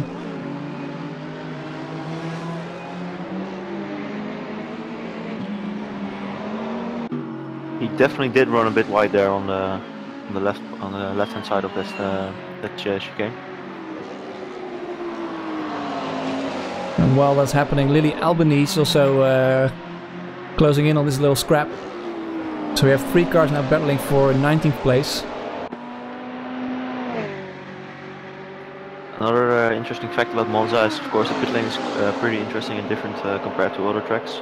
This will probably be one of those pit lanes where you can either lose or win a lot of time on the entry of it. And yeah, of course, it's always a risk and reward to not speed into the pit lane. But yeah, if you brake early on Monza here into pit lane, it's one of those places where you lose a lot of time. See another driver in the pits, that is Cortex. He's now the 4th driver I see in who has been in the pits. Other drivers have been Calamite, Sylvain, Villiers and Tom. And yeah, like you said, the entry towards the pit lane entry is very quick indeed. And if you can maximize that, you'll be gaining a bit of time against the drivers around you. As we see Ronnie Bronson then braking late for the pit lane. So drivers are pitting. Of course, you don't want to overshoot that box either. Let's have a look at the top drivers then. Sultan then reasonably comfortable out in front of Charcot. There's a bit of a gap, about 2.5 seconds. Charcot in 2nd place, then Petrol still in 3rd place, though Robiejo, previous lap for Robiejo, 48.4, 49 again for Petrol. So Robiejo still closing in on Petrol. Manux in 5th place in the McLaren, going a bit wide there in from Ascari. Lubczynski in 6th place. Then we have Van Zetten still in 7th place. But has driven away from Drouser. Drouser now in 8th place, Pesam in 9th place.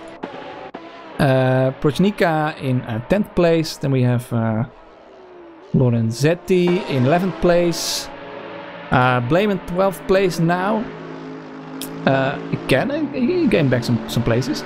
Rune Janssens in 13th place. Then we have Philippe Simard in 14th place. Both of them have gained some places from the start. So even though they lost out a bit in the first laps. Yellow Voltus 15th place. Mascal in 16th place. Acerod 17th place. Phantom now in 18th place. Then we have the first stopper. And other drivers are stopping. That is Sultan then. Try to find Sultan already exiting the pits.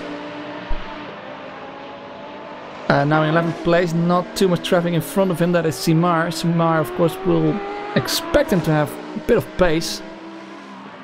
And let's see where Petrol comes out ahead of Mascal. Robiejo and Charcot not having stopped then, and Robiejo having a bit of clear air in front of him.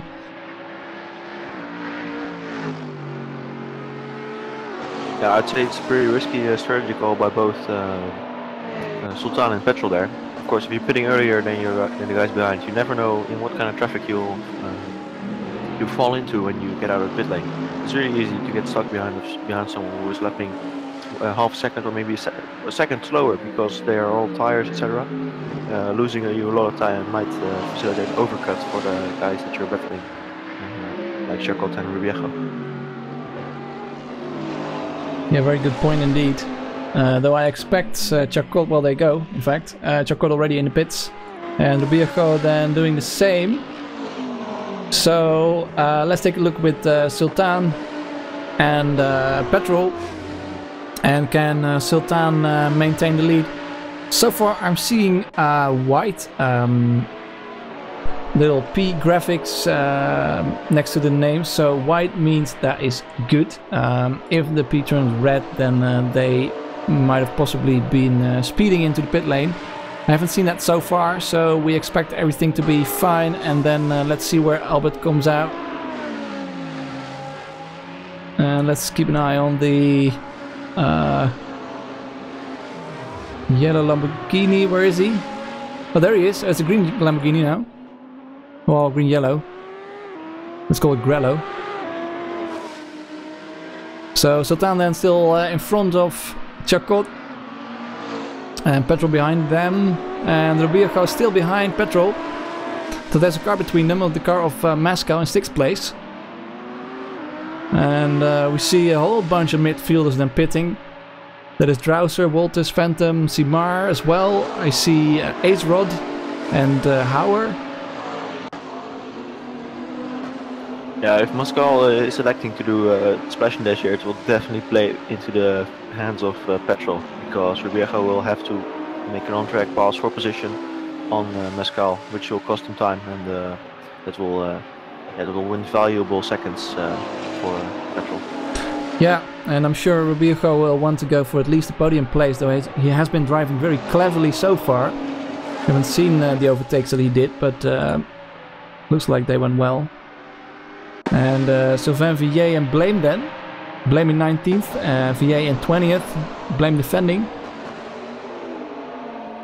Hello, is he? Villiers having a look? Not close enough to make a move. And Drowser, who has stopped, is now right behind Edda. Edda, who earlier dropped quite far back.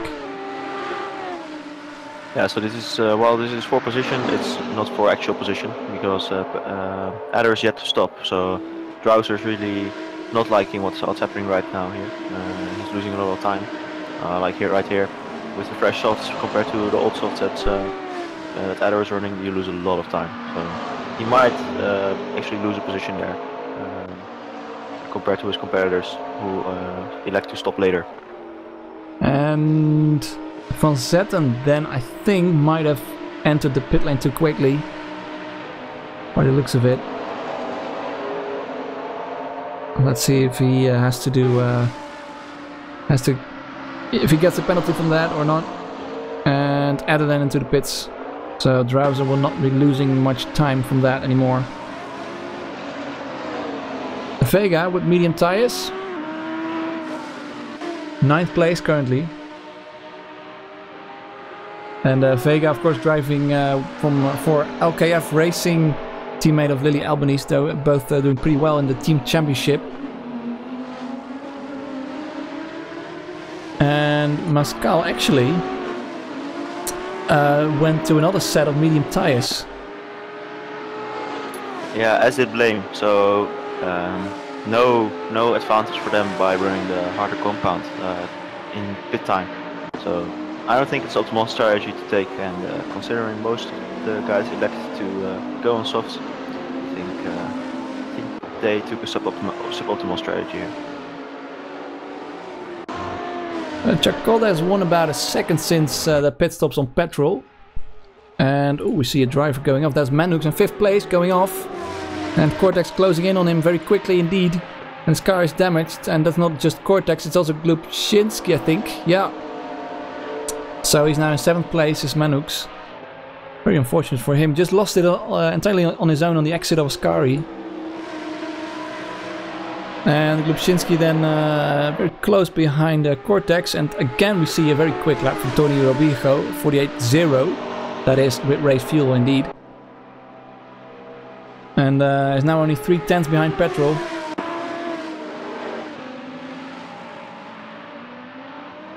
And Glubczynski making a move on Cortex, braking very, very late indeed. Can he make the corner? No, no he can't. The Cortex for now is safe, and then Glubczynski under pressure again from Manux. And Manux then might take a place back after his moment he had earlier. And also Simar then on the Rune Janssens. Of course, both are pretty high up in the championship. Very interesting to see that Philip elects to go to the outside there. I guess he knew he would be clear before turn 1. Yeah, and we saw in pre-qualifying there was a massive difference in speed of about, I think it was 8 kilometers or so between the fastest cars on the straights and the slowest cars, and the slowest cars being the McLaren, of course, and the Audi near the fastest car. So he had it pretty easily into turn 1. Was already in front by the time they got to the braking zone. So looking good for Simar for the moment, or reasonably well. Still 15th place, of course, and will be losing out a lot in the championship compared to Chacot, who's now 1.3 seconds behind Sultan.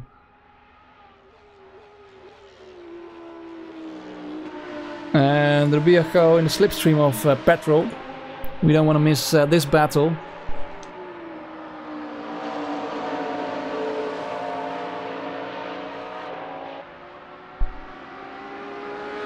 Chacot is really on it right now. He closed in on Sultan 1/10 on the last lap, and this current lap he closed in 2/10 again. So gap is closing and it will be interesting. Yeah, I think Petrol then completely a sitting duck on the straight. And we saw Rubio go way before the braking zone. We saw him overtake Petrol. And there's not much Petrol can do now in this traction zone here, where the Lamborghini will probably have a big advantage, and Rubio no ballast, of course, compared to the 15 kilograms of ballast to Petrol. You see the space between the cars immediately. Petrol, of course, will have a bit of an advantage maybe in the second sector, but even more so in the third sector. But by that time, he's so far behind, there's not much he can do. A little better going on between Mario Hauer and Mascal. Mario Hauer then getting back from his earlier not so good 27th, 26th place that he had. Now in 24th after the pit stops. Phantom in front of them, I think. Not sure if he made a pit stop. He did make a pit stop. Not sure if he changed tires then. And Ace Rod on Phantom. Very close indeed.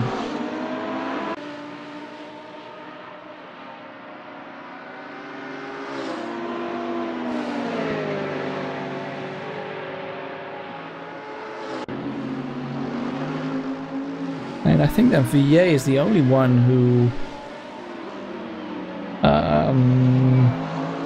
stopped but didn't change tires.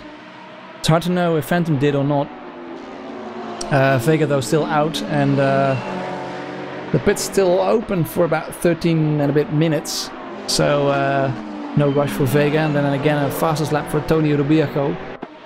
Rubio absolutely gunning it. He's winning 4 tenths on everyone in the mid sector. It's an insane pace showing from him. He's really trying hard to close up to P2 or P1.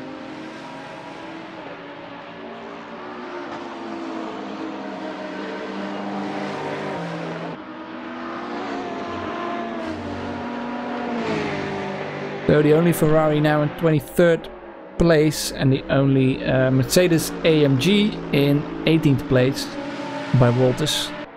Zebra.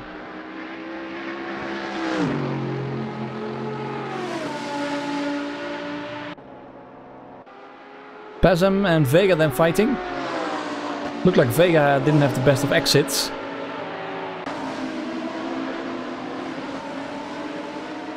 And well, Vega of course still on medium tires, so big disadvantage for him. Janssen staying very close behind Simar, but doesn't look like he'll be able to pass him anytime soon. Yeah, it will definitely be interesting. I personally think Blame will also close up on these two guys, since Blame was faster in qualifying and now he's on a competitive tire. So I expect Blame actually to, on the long run, maybe catch up to Janssen and Simar. Yeah, last lap of Blame, 48.5 compared to 48.8, 48.9 for Simar and Janssen. So he's closing in slowly but steadily. About 4 tenths difference with 2.2 seconds. I expect him to be very close in about, well, maybe 5 laps. Chacot then, within a second from Sultan braking for turn 1. Well, still between 1 and 2 seconds then. Yeah, Vega losing out big time right now. Since the pit stops, he's lost 3 places already to guys on fresh softs. So it's really hard to keep guys behind you if they have a fresh tire.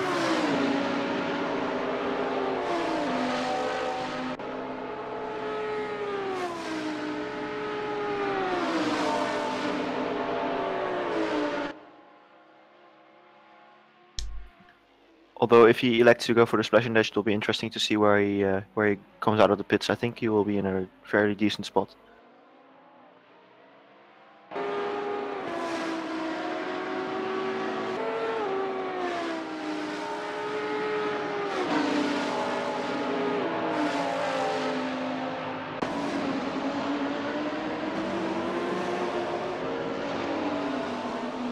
And still it is incredibly close between Simar and Janssens, but yeah, I think Janssens, it might be clever to if he can't overtake, maintain a bit of distance so that they could both close in, perhaps on Lorenzetti, who's in 14th place.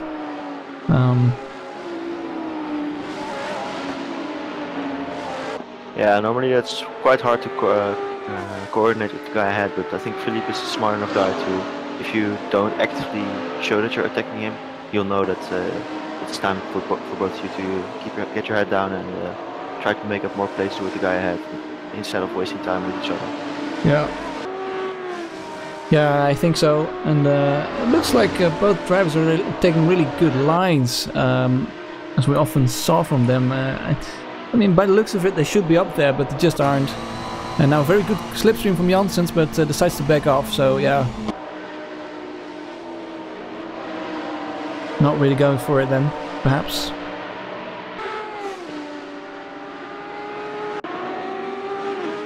Van Zetten and Manux. Manux getting out of the way. Does he? Yeah, though at the current pace, Simar and Janssen are not catching up with Matteo Lorenzetti. They lost 4 tenths in the last lap, and Blame again putting a 48.5. He's closing up 8 tenths in the last lap, and he's getting close now. Yeah, and Rubirgo still half a second or more faster than the drivers around him. So half a second, so about 10 laps.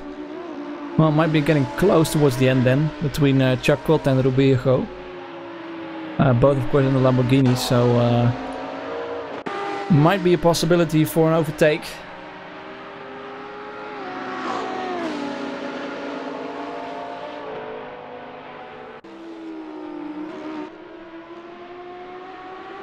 As we see Zeta and Manix still pretty close, but I'm not entirely sure what happened there in the previous lap, or on the beginning of this lap in turn 1. Yeah, not sure either, although Manix was attacking Van Zetten for the lap before that as well, so he stuck the move, I think, in the second chicane.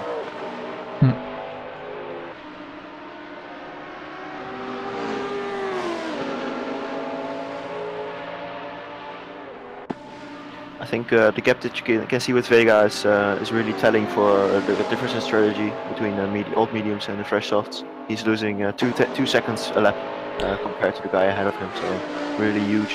I think if he's pitting right now, it's really interesting to see where he will end up.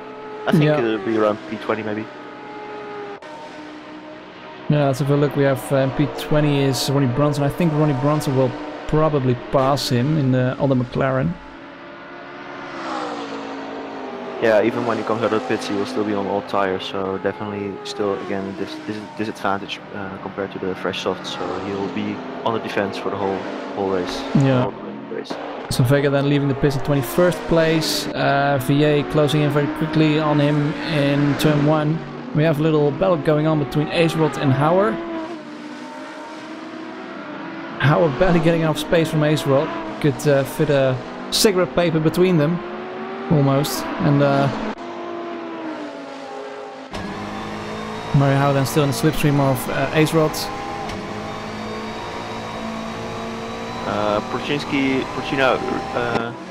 Prochnica really close up a lot to Pasm in the last lap. I think Pasm is struggling with his tires or something. Maybe he made a mistake and overheat them. So Prochnica really closing up fast, and we might see a battle evolve there.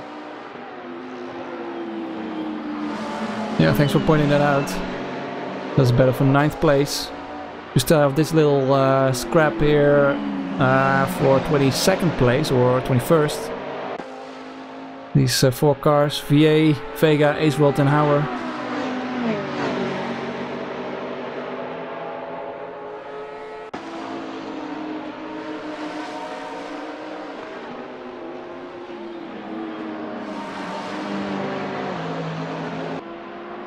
And Edda then back in last place, but now very close to Lily Albanese, having a look.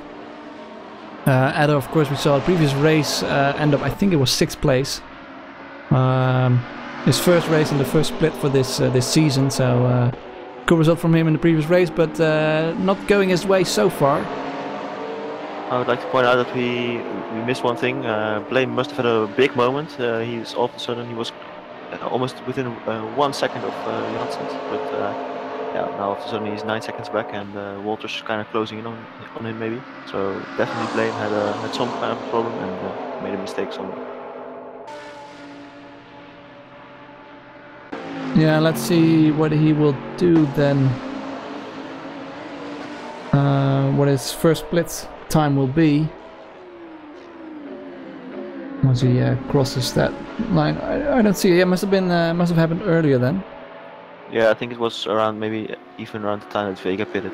Yeah. I saw something weird, but couldn't really point it out. Drowser and Calamite having a scrap for 11th place. Drowser on the inside and gets hardly enough space from Calamite. Hard to see from this angle, but maybe it was just fair enough. Yeah, it was very good racing. Both drivers left exactly the space that they needed, and yeah, textbook stuff. It's really showing how it's done. And we saw some small incidents there before, but these guys showing off how it should be done. Still very close then, and Calamite going a bit wide on the apex of Parabolica, and Drowser trying to maintain the slipstream, going to the inside. Over the start-finish line, side by side, and I think the Audi will be faster in a straight line. You can see him slot back in, you get a bit of slipstream, and Calamite not defending, going towards the inside. So can Drowser then make a move and brake late?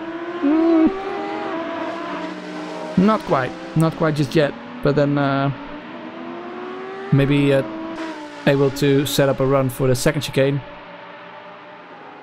Prosnika again closed up a little bit on Pesem, and he's trying to make a move around the outside onto the second chicane right now.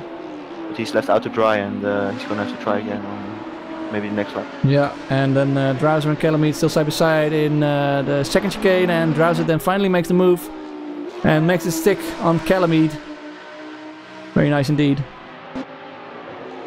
Saw some very good and clean racing this race. Of course, everyone, as we said, makes mistakes, but overall, I think the level of racing has been very good indeed. And Van Zetten then, and Manux, very close for 7th place again. Chacot has closed in quite a lot onto Sultan. Well, not in the last lap, but lap before that was like 4 tenths, and the gap was within a second. He was 7 tenths actually, and still Ribiejo chipping away at that gap for P2. What was 5 seconds, 7 seconds at one point, and it's already down to about 3 seconds right now. So he might be able to do something. And Ace Rod and VA having a battle, and Mario Hauer having a look if he can maybe get a bit of an advantage from that little scrap in front of him. As they're going side by side into Ascari, Ace Rod backing out, very clever driving from him as VA goes over the curbs, unsettles his car a bit.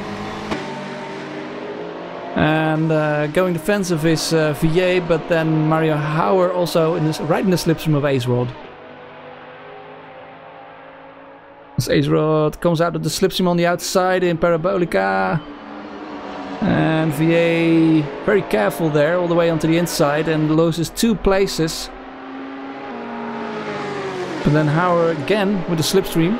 It's Ferrari versus McLaren. Not much difference in top speed between the two, I'd say. Ace Rod though defending.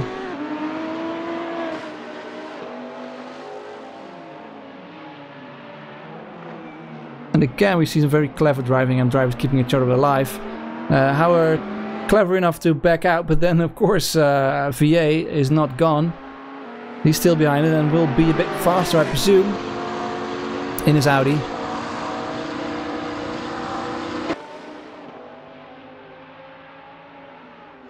VA of course on medium tires, I think.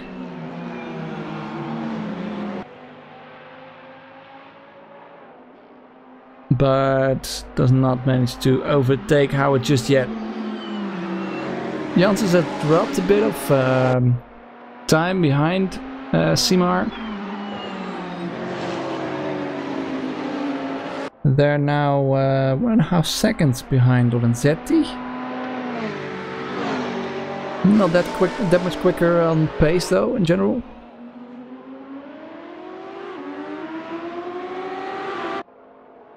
Van Zetten again trying to take a fight back to Mannix, to whom he lost the position 5 old laps ago. So interesting to see if he can get it back. Should be, well, the odds should be in his favor considering he's in a Huracan versus the McLaren.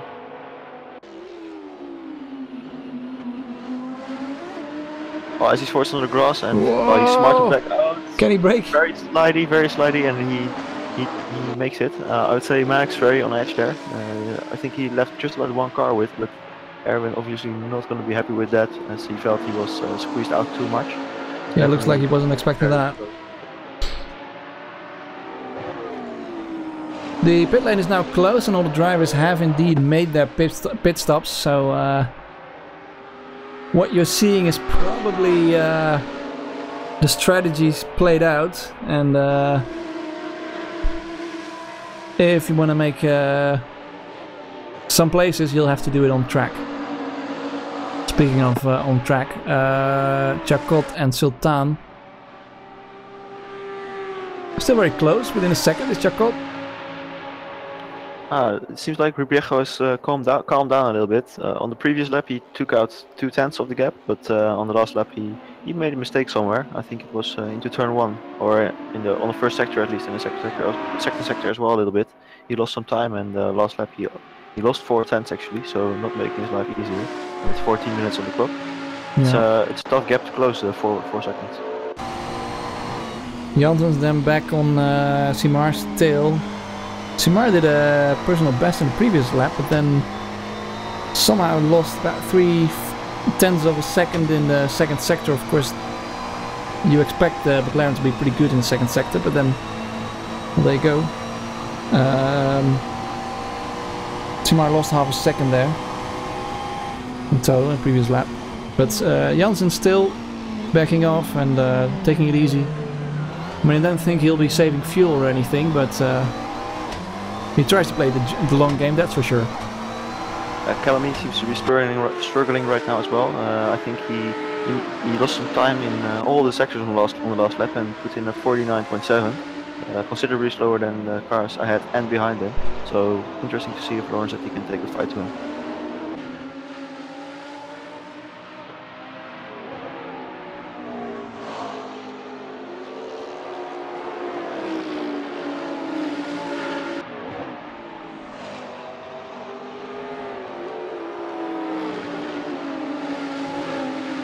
And I think that we haven't seen him in the timing, but Timmy ASD, something might have happened in the first lap. We saw him in qualifying, but he's not in the race. Yeah, you're right. Totally forgot about it. Yeah.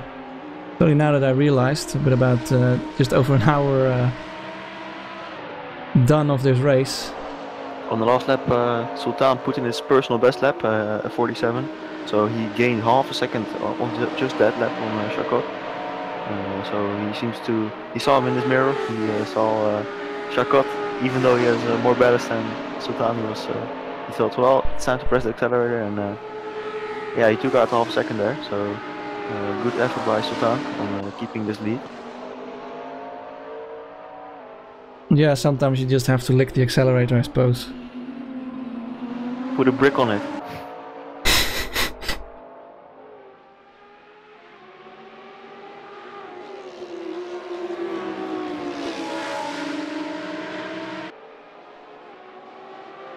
Lubczynski and Kortek still very close.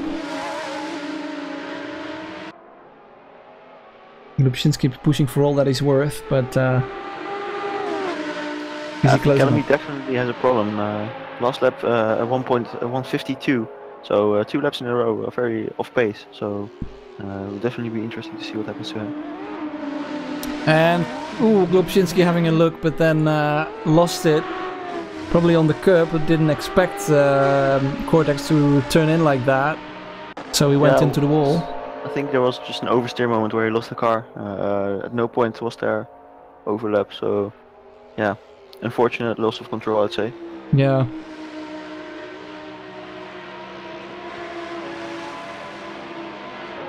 Yeah, sometimes it can really mess you up. If you hit curbs at just a certain angle where the car bounces in a certain way that you don't expect, it's really hard to save and can catch you off guard quite easily. Especially if you go on some line that you normally don't run. Yeah, it looks like he just ran out of talent and then out of road as well. Into the barrier. Luckily for him, didn't go around. And, well, the damage will only do so much.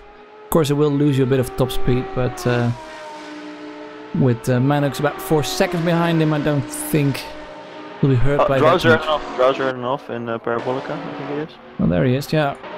He's very slow and losing many places now. 20th place. There's something happened to Blame as well. Might have been something with Blame, and I think maybe Drowser had a spin and Blame had to avoid him or somehow, because Yellow all of a sudden closed up on him and is now in a fight in turn 1-2. With a very nice overtake, I have to say myself. Even if he is my teammate, he really, he showed a lot of respect there, but he still got the moves on. Yeah, we saw Blame though hit the throttle a bit to try and stick his car side by side still for the second apex of the chicane, and then goes for a move Blame in the second chicane. Slight contact, but Yellow still able to make the apex there. So yeah, just some good racing. They're getting their elbows out. Last 10 minutes, I don't blame them.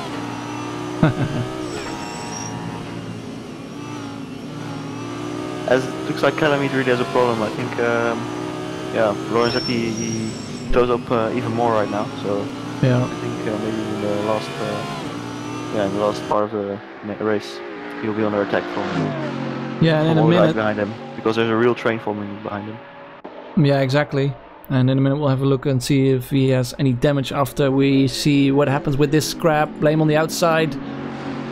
Walters all the way on the inside curbs, ticking behind and using then some more inside curbs if he didn't use enough. Yeah. You know what? I'll have some more. Yes. Yeah. Like a reverse play change. Oh, Blame moving over. I don't think that was a very nice move of him. Yeah, Walters keeping control of it on the grass. Very impressive, to be honest. I don't know what happened there. To me, it looked like Blame moved over off on the straight. Looked a bit strange. But yeah, very strange indeed. It wasn't his blind spot, I suppose, but yeah. I guess you always drive with certain expectations. He probably expected Yellow to already have moved over to the left to line up Parabolica, so maybe he went over to the left assuming that, but yeah, you can't really assume stuff like that. Almost ended up very badly. Yeah, Walters then still defending, and behind them we have Ronnie Bronson and Phantom fighting. Phantom just giving enough space, Bronson braking late, using a bit of that curb and then better exit for Phantom. And now we have Lorenzetti right behind Calamite. Blame trying to go around the outside of Yellow into second chicane. Yellow braking slightly later. And a little bit of contact, just a bit of rubbing. Yellow seems to be able to keep the position right now. Yeah, luckily not much other than rubbing this time around, but yeah. Lorenzetti now under attack from Rune Janssens. Janssens having a look. Bit of sliding going on for Lorenzetti. And Simar having to get off the throttle. Tries to get a slipstream, of course, on Lorenzetti. Lorenzetti not defending too hard right now. Both drivers turning in for Parabolica. I'm not sure if they touched there. Manix going for, sorry to interrupt, but Manix sending it very deep into turn 1. Aaron slipstream past him onto on the main straight and on the start-finish straight. Manix trying to switch back, very ambitious with late braking, but he caught himself off guard. He tried too hard to brake too late, and in the end, Erwin can take the position for P7. So yeah, it's a long battle between those guys, and right now Erwin seems to win that one. And Lorenzetti lost out a place on Simar, but is about maybe to lose another place on Janssens. Good battle here.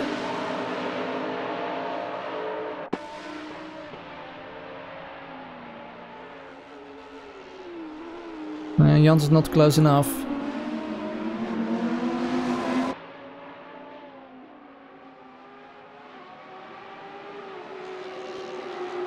massive crash by Adder together with Ace Rod, I think it is.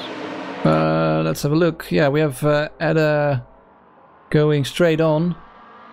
Yeah, there was a big contact there. I couldn't see what happened, but yeah, two drivers, so it's an unfortunate race, I think. And Rouser has dropped out of the race a couple of laps ago. Was that after his whatever happened in Parabolica, I think. Yeah, I think so. Maybe his tires were just gone, and he decided he couldn't bring the car home in a fashion that he wanted to. Yeah, unfortunately, indeed, was doing pretty well in this race. First race we've seen him in, and yeah, very unfortunate to drop out then. The guys on medium tires, there are only 3 left. Blame, of course, switched to soft tires. The guys on medium tires now 22nd, 25th, and 26th place. So in the end, yeah, that was not the best strategy indeed, by the looks of it. Phantom then setting up an attack on Bronson, possibly. Half a second behind him, in the faster car though.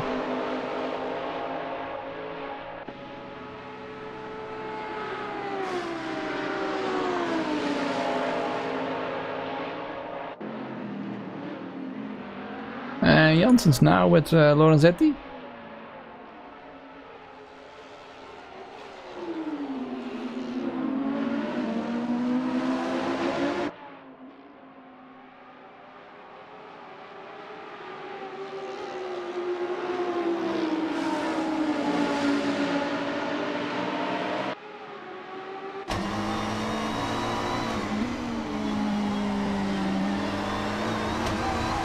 Using all of the track and a bit more, that's Janssens, but trying to maintain that slipstream into the run on Ascari, being forced towards the outside. Rizzi tries to make a bit of a dummy and then goes for the inside on Lorenzetti, but decides to back out. It's very tricky over corner, he must have all the overlap, and he doesn't want to lose too much speed, of course, to the guys in front. There's only 3 minutes left, and maybe he can get another place or 2. With Calamite not being in the best shape. Possibly last lap of Calamite was 49.9. And on the outside then Janssens, the outside of Lorenzetti. Very good move. And Simar then on Calamite, Simar on the inside. And behind them, keep an eye on that as well, is Janssens then having to defend from Lorenzetti. Looks like Simar will have this place. Very much textbook so far. Sticking to the middle of the track. And Calamite then indeed backing out. Yeah, also interested to see Lorenzetti got the place back just by slipstream. Yeah. And maybe interesting note is, well, we saw early in the stint a really big pace differential between Tony and the other 2 leading Huracans. Well, that pace differential, it has closed totally. The lap times are basically identical, and Tony is no longer closing up. So maybe he used more of his tires early on and pushed harder on them, and maybe Sultan is more of a conservative driver on those tires. But yeah, definitely interesting to see that the pace-to-pace gaps per lap change over the stint. An attack from Porchnica on Pasm then. Had a look, was not close enough. And another battle going on is between Ronnie Bronson, Tom and Phantom, as they are in the Lesmos.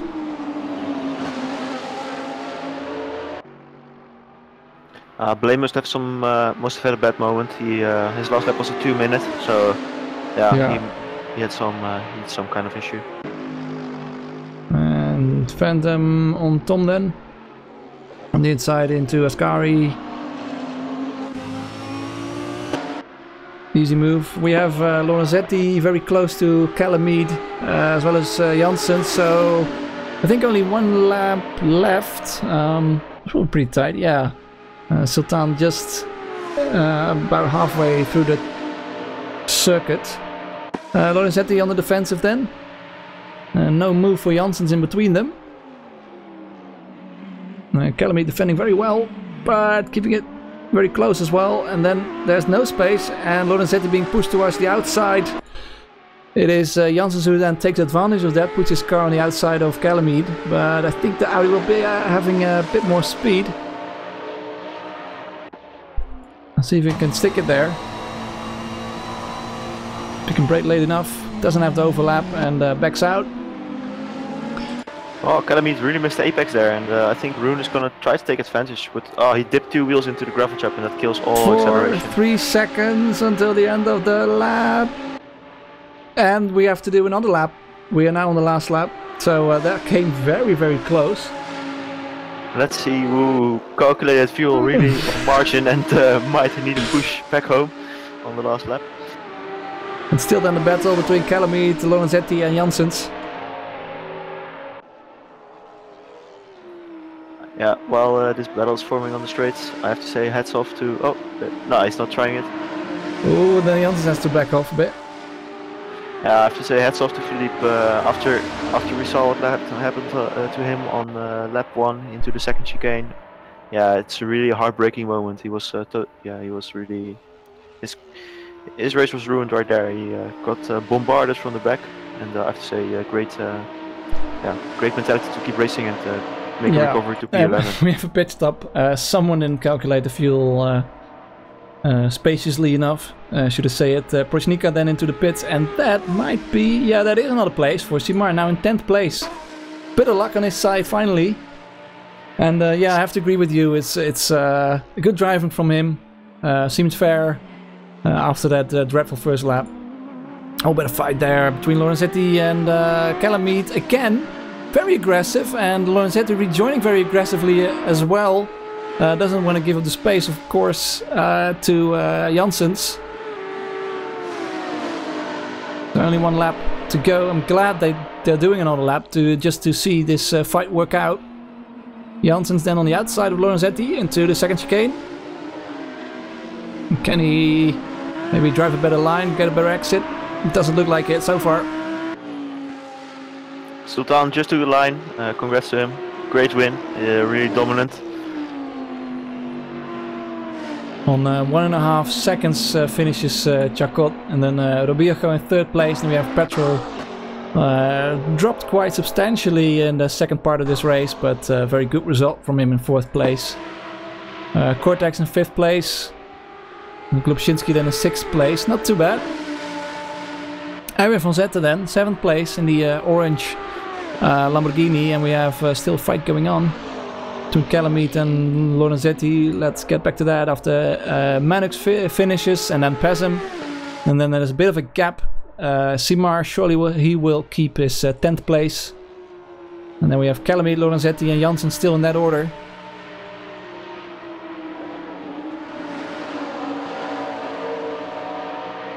Looked like a smart move from Calamide. Had a bit of a moment, but then tried to stick it on the inside and not over push it. Lorenzetti is pacing his car. That was almost a photo finish, but I would say that Lorenzetti lost out there, and then it's Calamide then in 11th place, Lorenzetti in 12th place, and Janssens then in 13th place. And Prochnika lost quite a few places on the last lap, unfortunately for him. And they're trying to go around the outside on the last lap of Blame. A little bit of contact. Yeah, that looked aggressive again, and then yeah, he gave up that last position. I see a lot of guys might be really marginal on fuel. I see them really coasting. Yeah. I think Tom, Tom made the finish. Tom took the flag. Some guys really, they were really marginal on fuel, I think, and even though it was kind of, I said it in a joking way, actually, Prochnika, yeah, he calculated fuel really good, except for that he didn't account for Sultan being so quick and forcing an extra lap right there.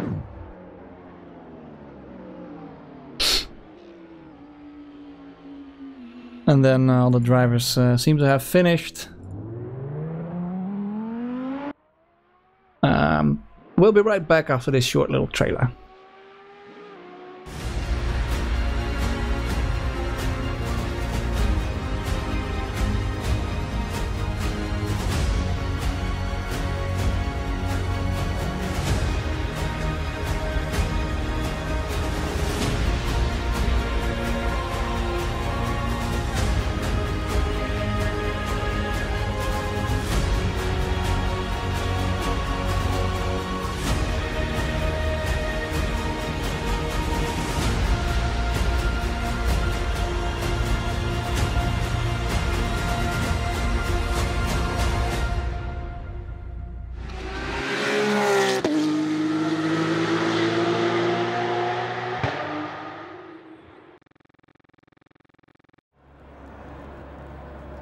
And we're back.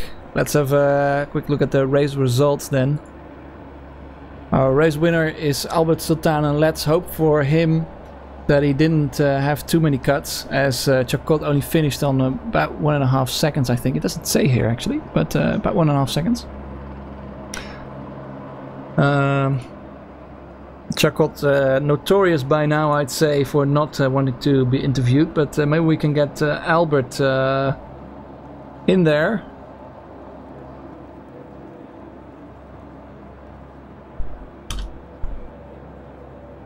And well, while these results, you can have a look at them yourself, of course, are going on. Let's get Albert in here. Can I get him in here though? I think, yeah. Albert, are you there? Yes, I'm here. I was talking to Tony. Oh, I'm sorry. Did I interrupt that? Yeah, he might need to, someone has to tell Tony, put your push to talk. So we have Tony in as well, but let's start with you, Albert. Albert, first of all, congratulations. I want to say another race win, but the previous race was taken away from you. Hello? We have Tony as well. Hello, Tony. Yes. Hello. Thanks for joining us. Yeah, we'll start with Albert. Albert, congratulations, and yeah, will you keep this one? Will you keep this win? I guess I had no warnings, so I guess it's safe. And thank you for the congratulations. It was very tight. First lap, of course, we saw Petrol run away massively in the first corner. But then, well, you overtook Chacot and Petrol. Yeah, can you talk us through the race maybe? Yes, at the beginning of the race with the 63 liters and the balance was a little bit, my car is a little bit loose. So first couple laps it was a little bit harder, no? But later on I saw I could catch Petrol and Jakub Chacot. So I started to push all I could. Then Tony made a mistake behind me, so that was unfortunate. He lost quite a bit of time. But after that, I could pass Chacot, and then I saw like Petrol had, after the first chicane, he had problems. Like, of course, it's a McLaren, so top speed is a little bit down. So I saw I could catch some, particularly into the second chicane. So I didn't want him to see where I could pass him, even though it's probably obvious. But then I can't remember really. But I got closer, and I think he made a little mistake on the second chicane. So I went alongside. He squeezed me a little bit, and there was really little space. We had contact there. So probably stewards will have to take a look, but I think it's a racing incident. So after that, Chacot also overtook Petrol, and we were both really pushing 100% of the time. Yeah. So really, it was very tough.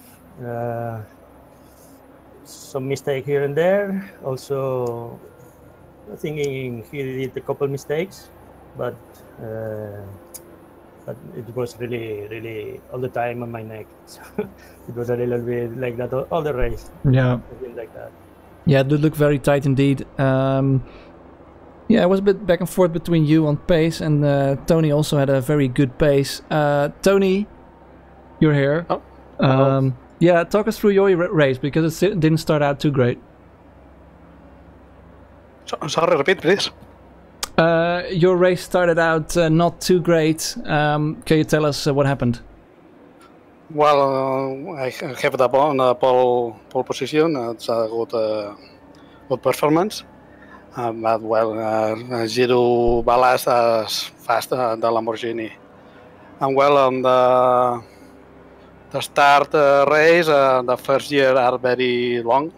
I lost 2 positions, and well, to run rear Albert, but to go the first slip, the group in front of me break more, and I break late, and to not avoid Albert, I go out of the track. And then I think you were about P8 at some point after that, and but you managed to drive back all the way to 4th place. Yeah, you had to do some overtaking then.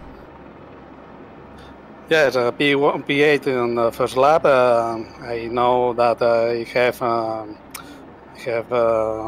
feeling to go fast, overtake the cars. I touch the last overtake in the first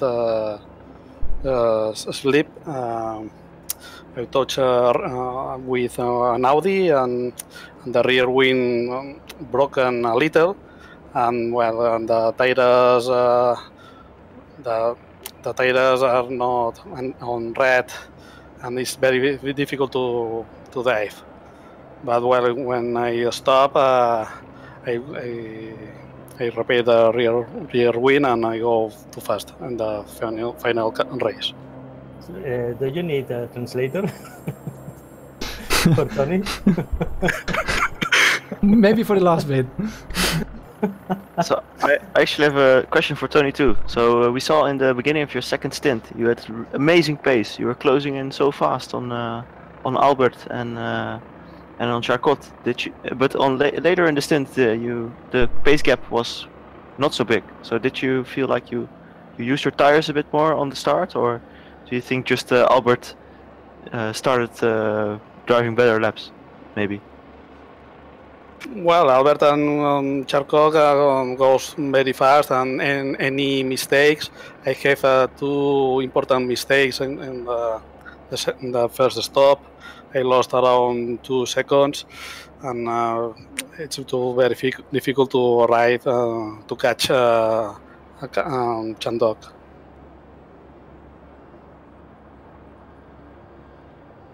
Okay. So I also heard that you set up the first gear quite long, causing your bad start. Did you set it up so you get optimal lap times from turn 1, etc., or? The best laps. Yeah, gearing. I'm going to translate to him. Dice que llevabas una marcha la primera muy larga, que si la has hecho así para poder hacer vueltas más rápidas o para qué. Yes, it was better for the first turn. Ah, okay. He wants to say that yes, his first gear is set up for the first chicane, so he has a better lap time and better exit from the first chicane. Yeah. Okay. Very interesting insight. Yeah. Yeah. Of course, that's a bit of a balance. You did end up with the fastest lap with a 47.6. So at least congratulations from me on that. Hope that's a bit consoling for you. Thank you. Position. Yeah, I saw some joking around in the Discord about dropping places due to penalties, but I think that the information is wrong. Let's just assume that this is the result. I'll show them again on screen. Yeah, I mean, apart from all of that, we heard your stories about the race. There wasn't really too much excitement about strategy or anything, not for the front runners anyway. Well, no problems for any of you then on the pit stops? No, pit stops were as planned. I think this season really there's no two strategies unless you can run the hard tires, which I think it was only possible in 2 races. So it's always medium tires, change tires and refuel, or soft tires. So yeah, basically, for me, it was a matter of increasing the gap to Jacob Charcot a little bit before the pit stops, so he couldn't just jump me in the pits. So that was the focus. Pit stop is really straightforward, so you will stop, change tires, and there you go. Yeah, pretty straightforward then. Yeah, congratulations again, both of you. Yeah, you had both of you had massive pace today and did really well in the race, I'd say. So yeah, thank you for joining us. Fritz, do you have any more questions? That's all for me. Also, yeah, thank you for the amazing performance on track. Yeah, thank you. Thank you. So that were Albert Sultan and Tony Robillejo. Yeah, the very quick McSultan's drivers. And we haven't seen much of Tony in the start of the season, but I'm glad he joined us for these last few races at least. Okay, so we got one more interview lined up with Cortex, with his best driver of the season so far. 5th place, very impressive. So. Oh, excellent. Yeah, let's see where I can find him. I can drag him up. Yeah. Give me a second to do that.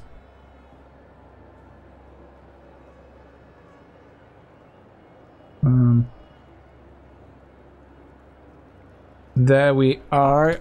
Yeah. Hello, Cortex. Thank you for joining us. Thank you. Fritz just told me that it's your best result so far, so I can understand you're pretty happy then. Yes, I was blinking my lights several times. The international sign of happiness then.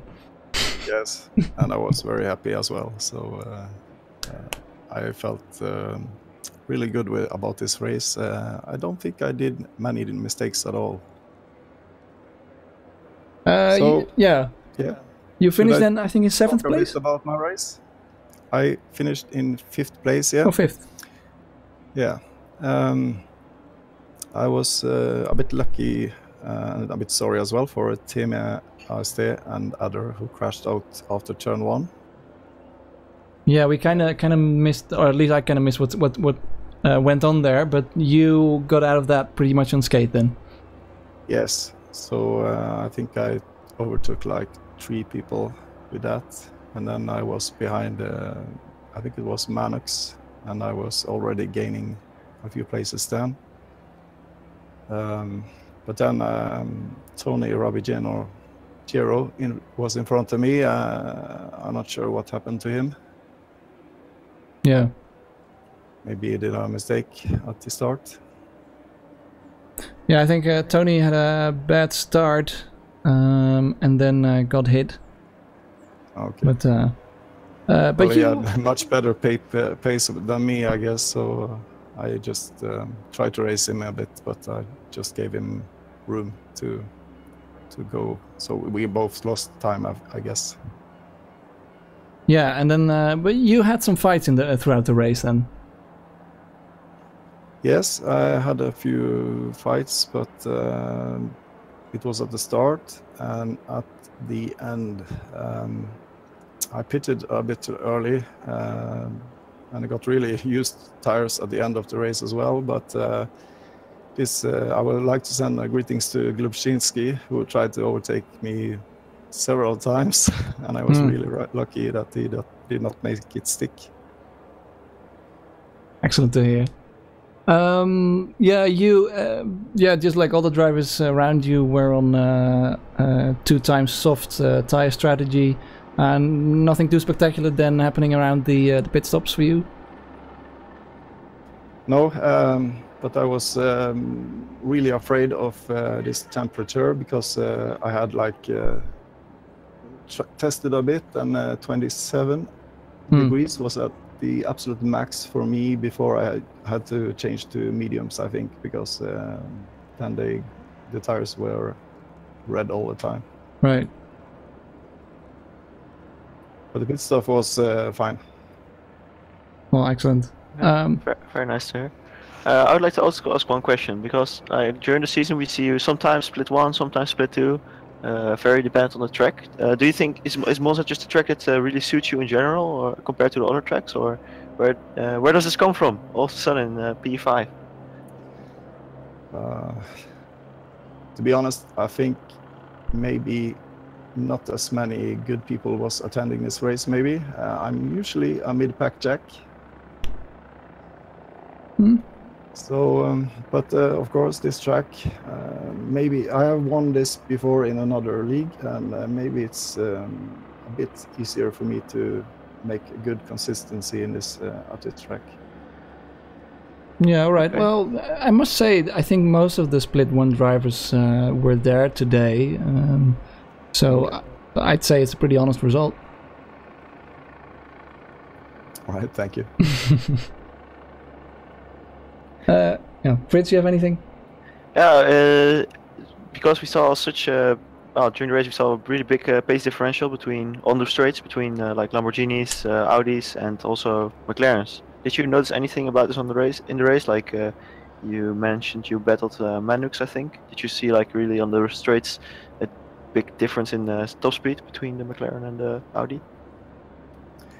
Manux, I think I was pretty close to pace. But Tony was just gaining time all the time, and I think the top drivers with the right setup was a lot faster than other cars this race.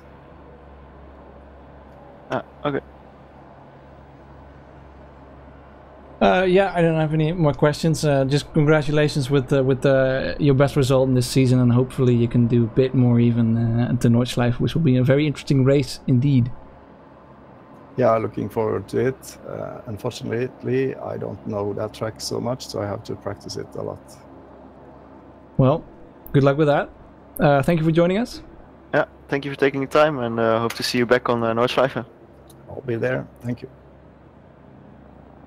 So that was Cortex with his best result so far, 5th place. I'm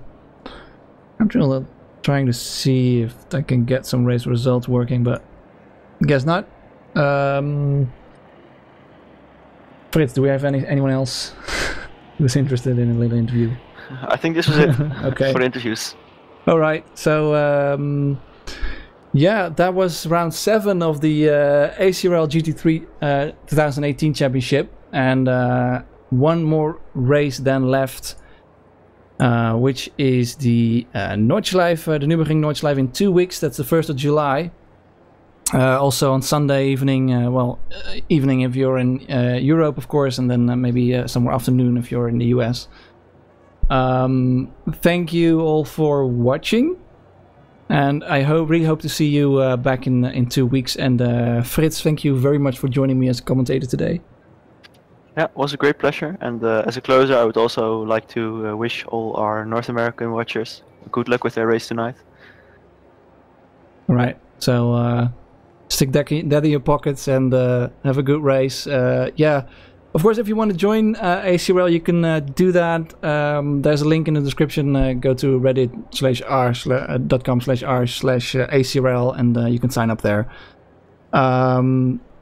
We're always welcome to have new drivers join us, and there's yeah, plenty of different levels of drivers, so you'll always have some proper competition. And well, thanks again for watching. I'll leave you with a little trailer, and hopefully see you in 2 weeks in a 90-minute Nordschleife race. It'll be very exciting indeed. So good evening from me, and bye bye.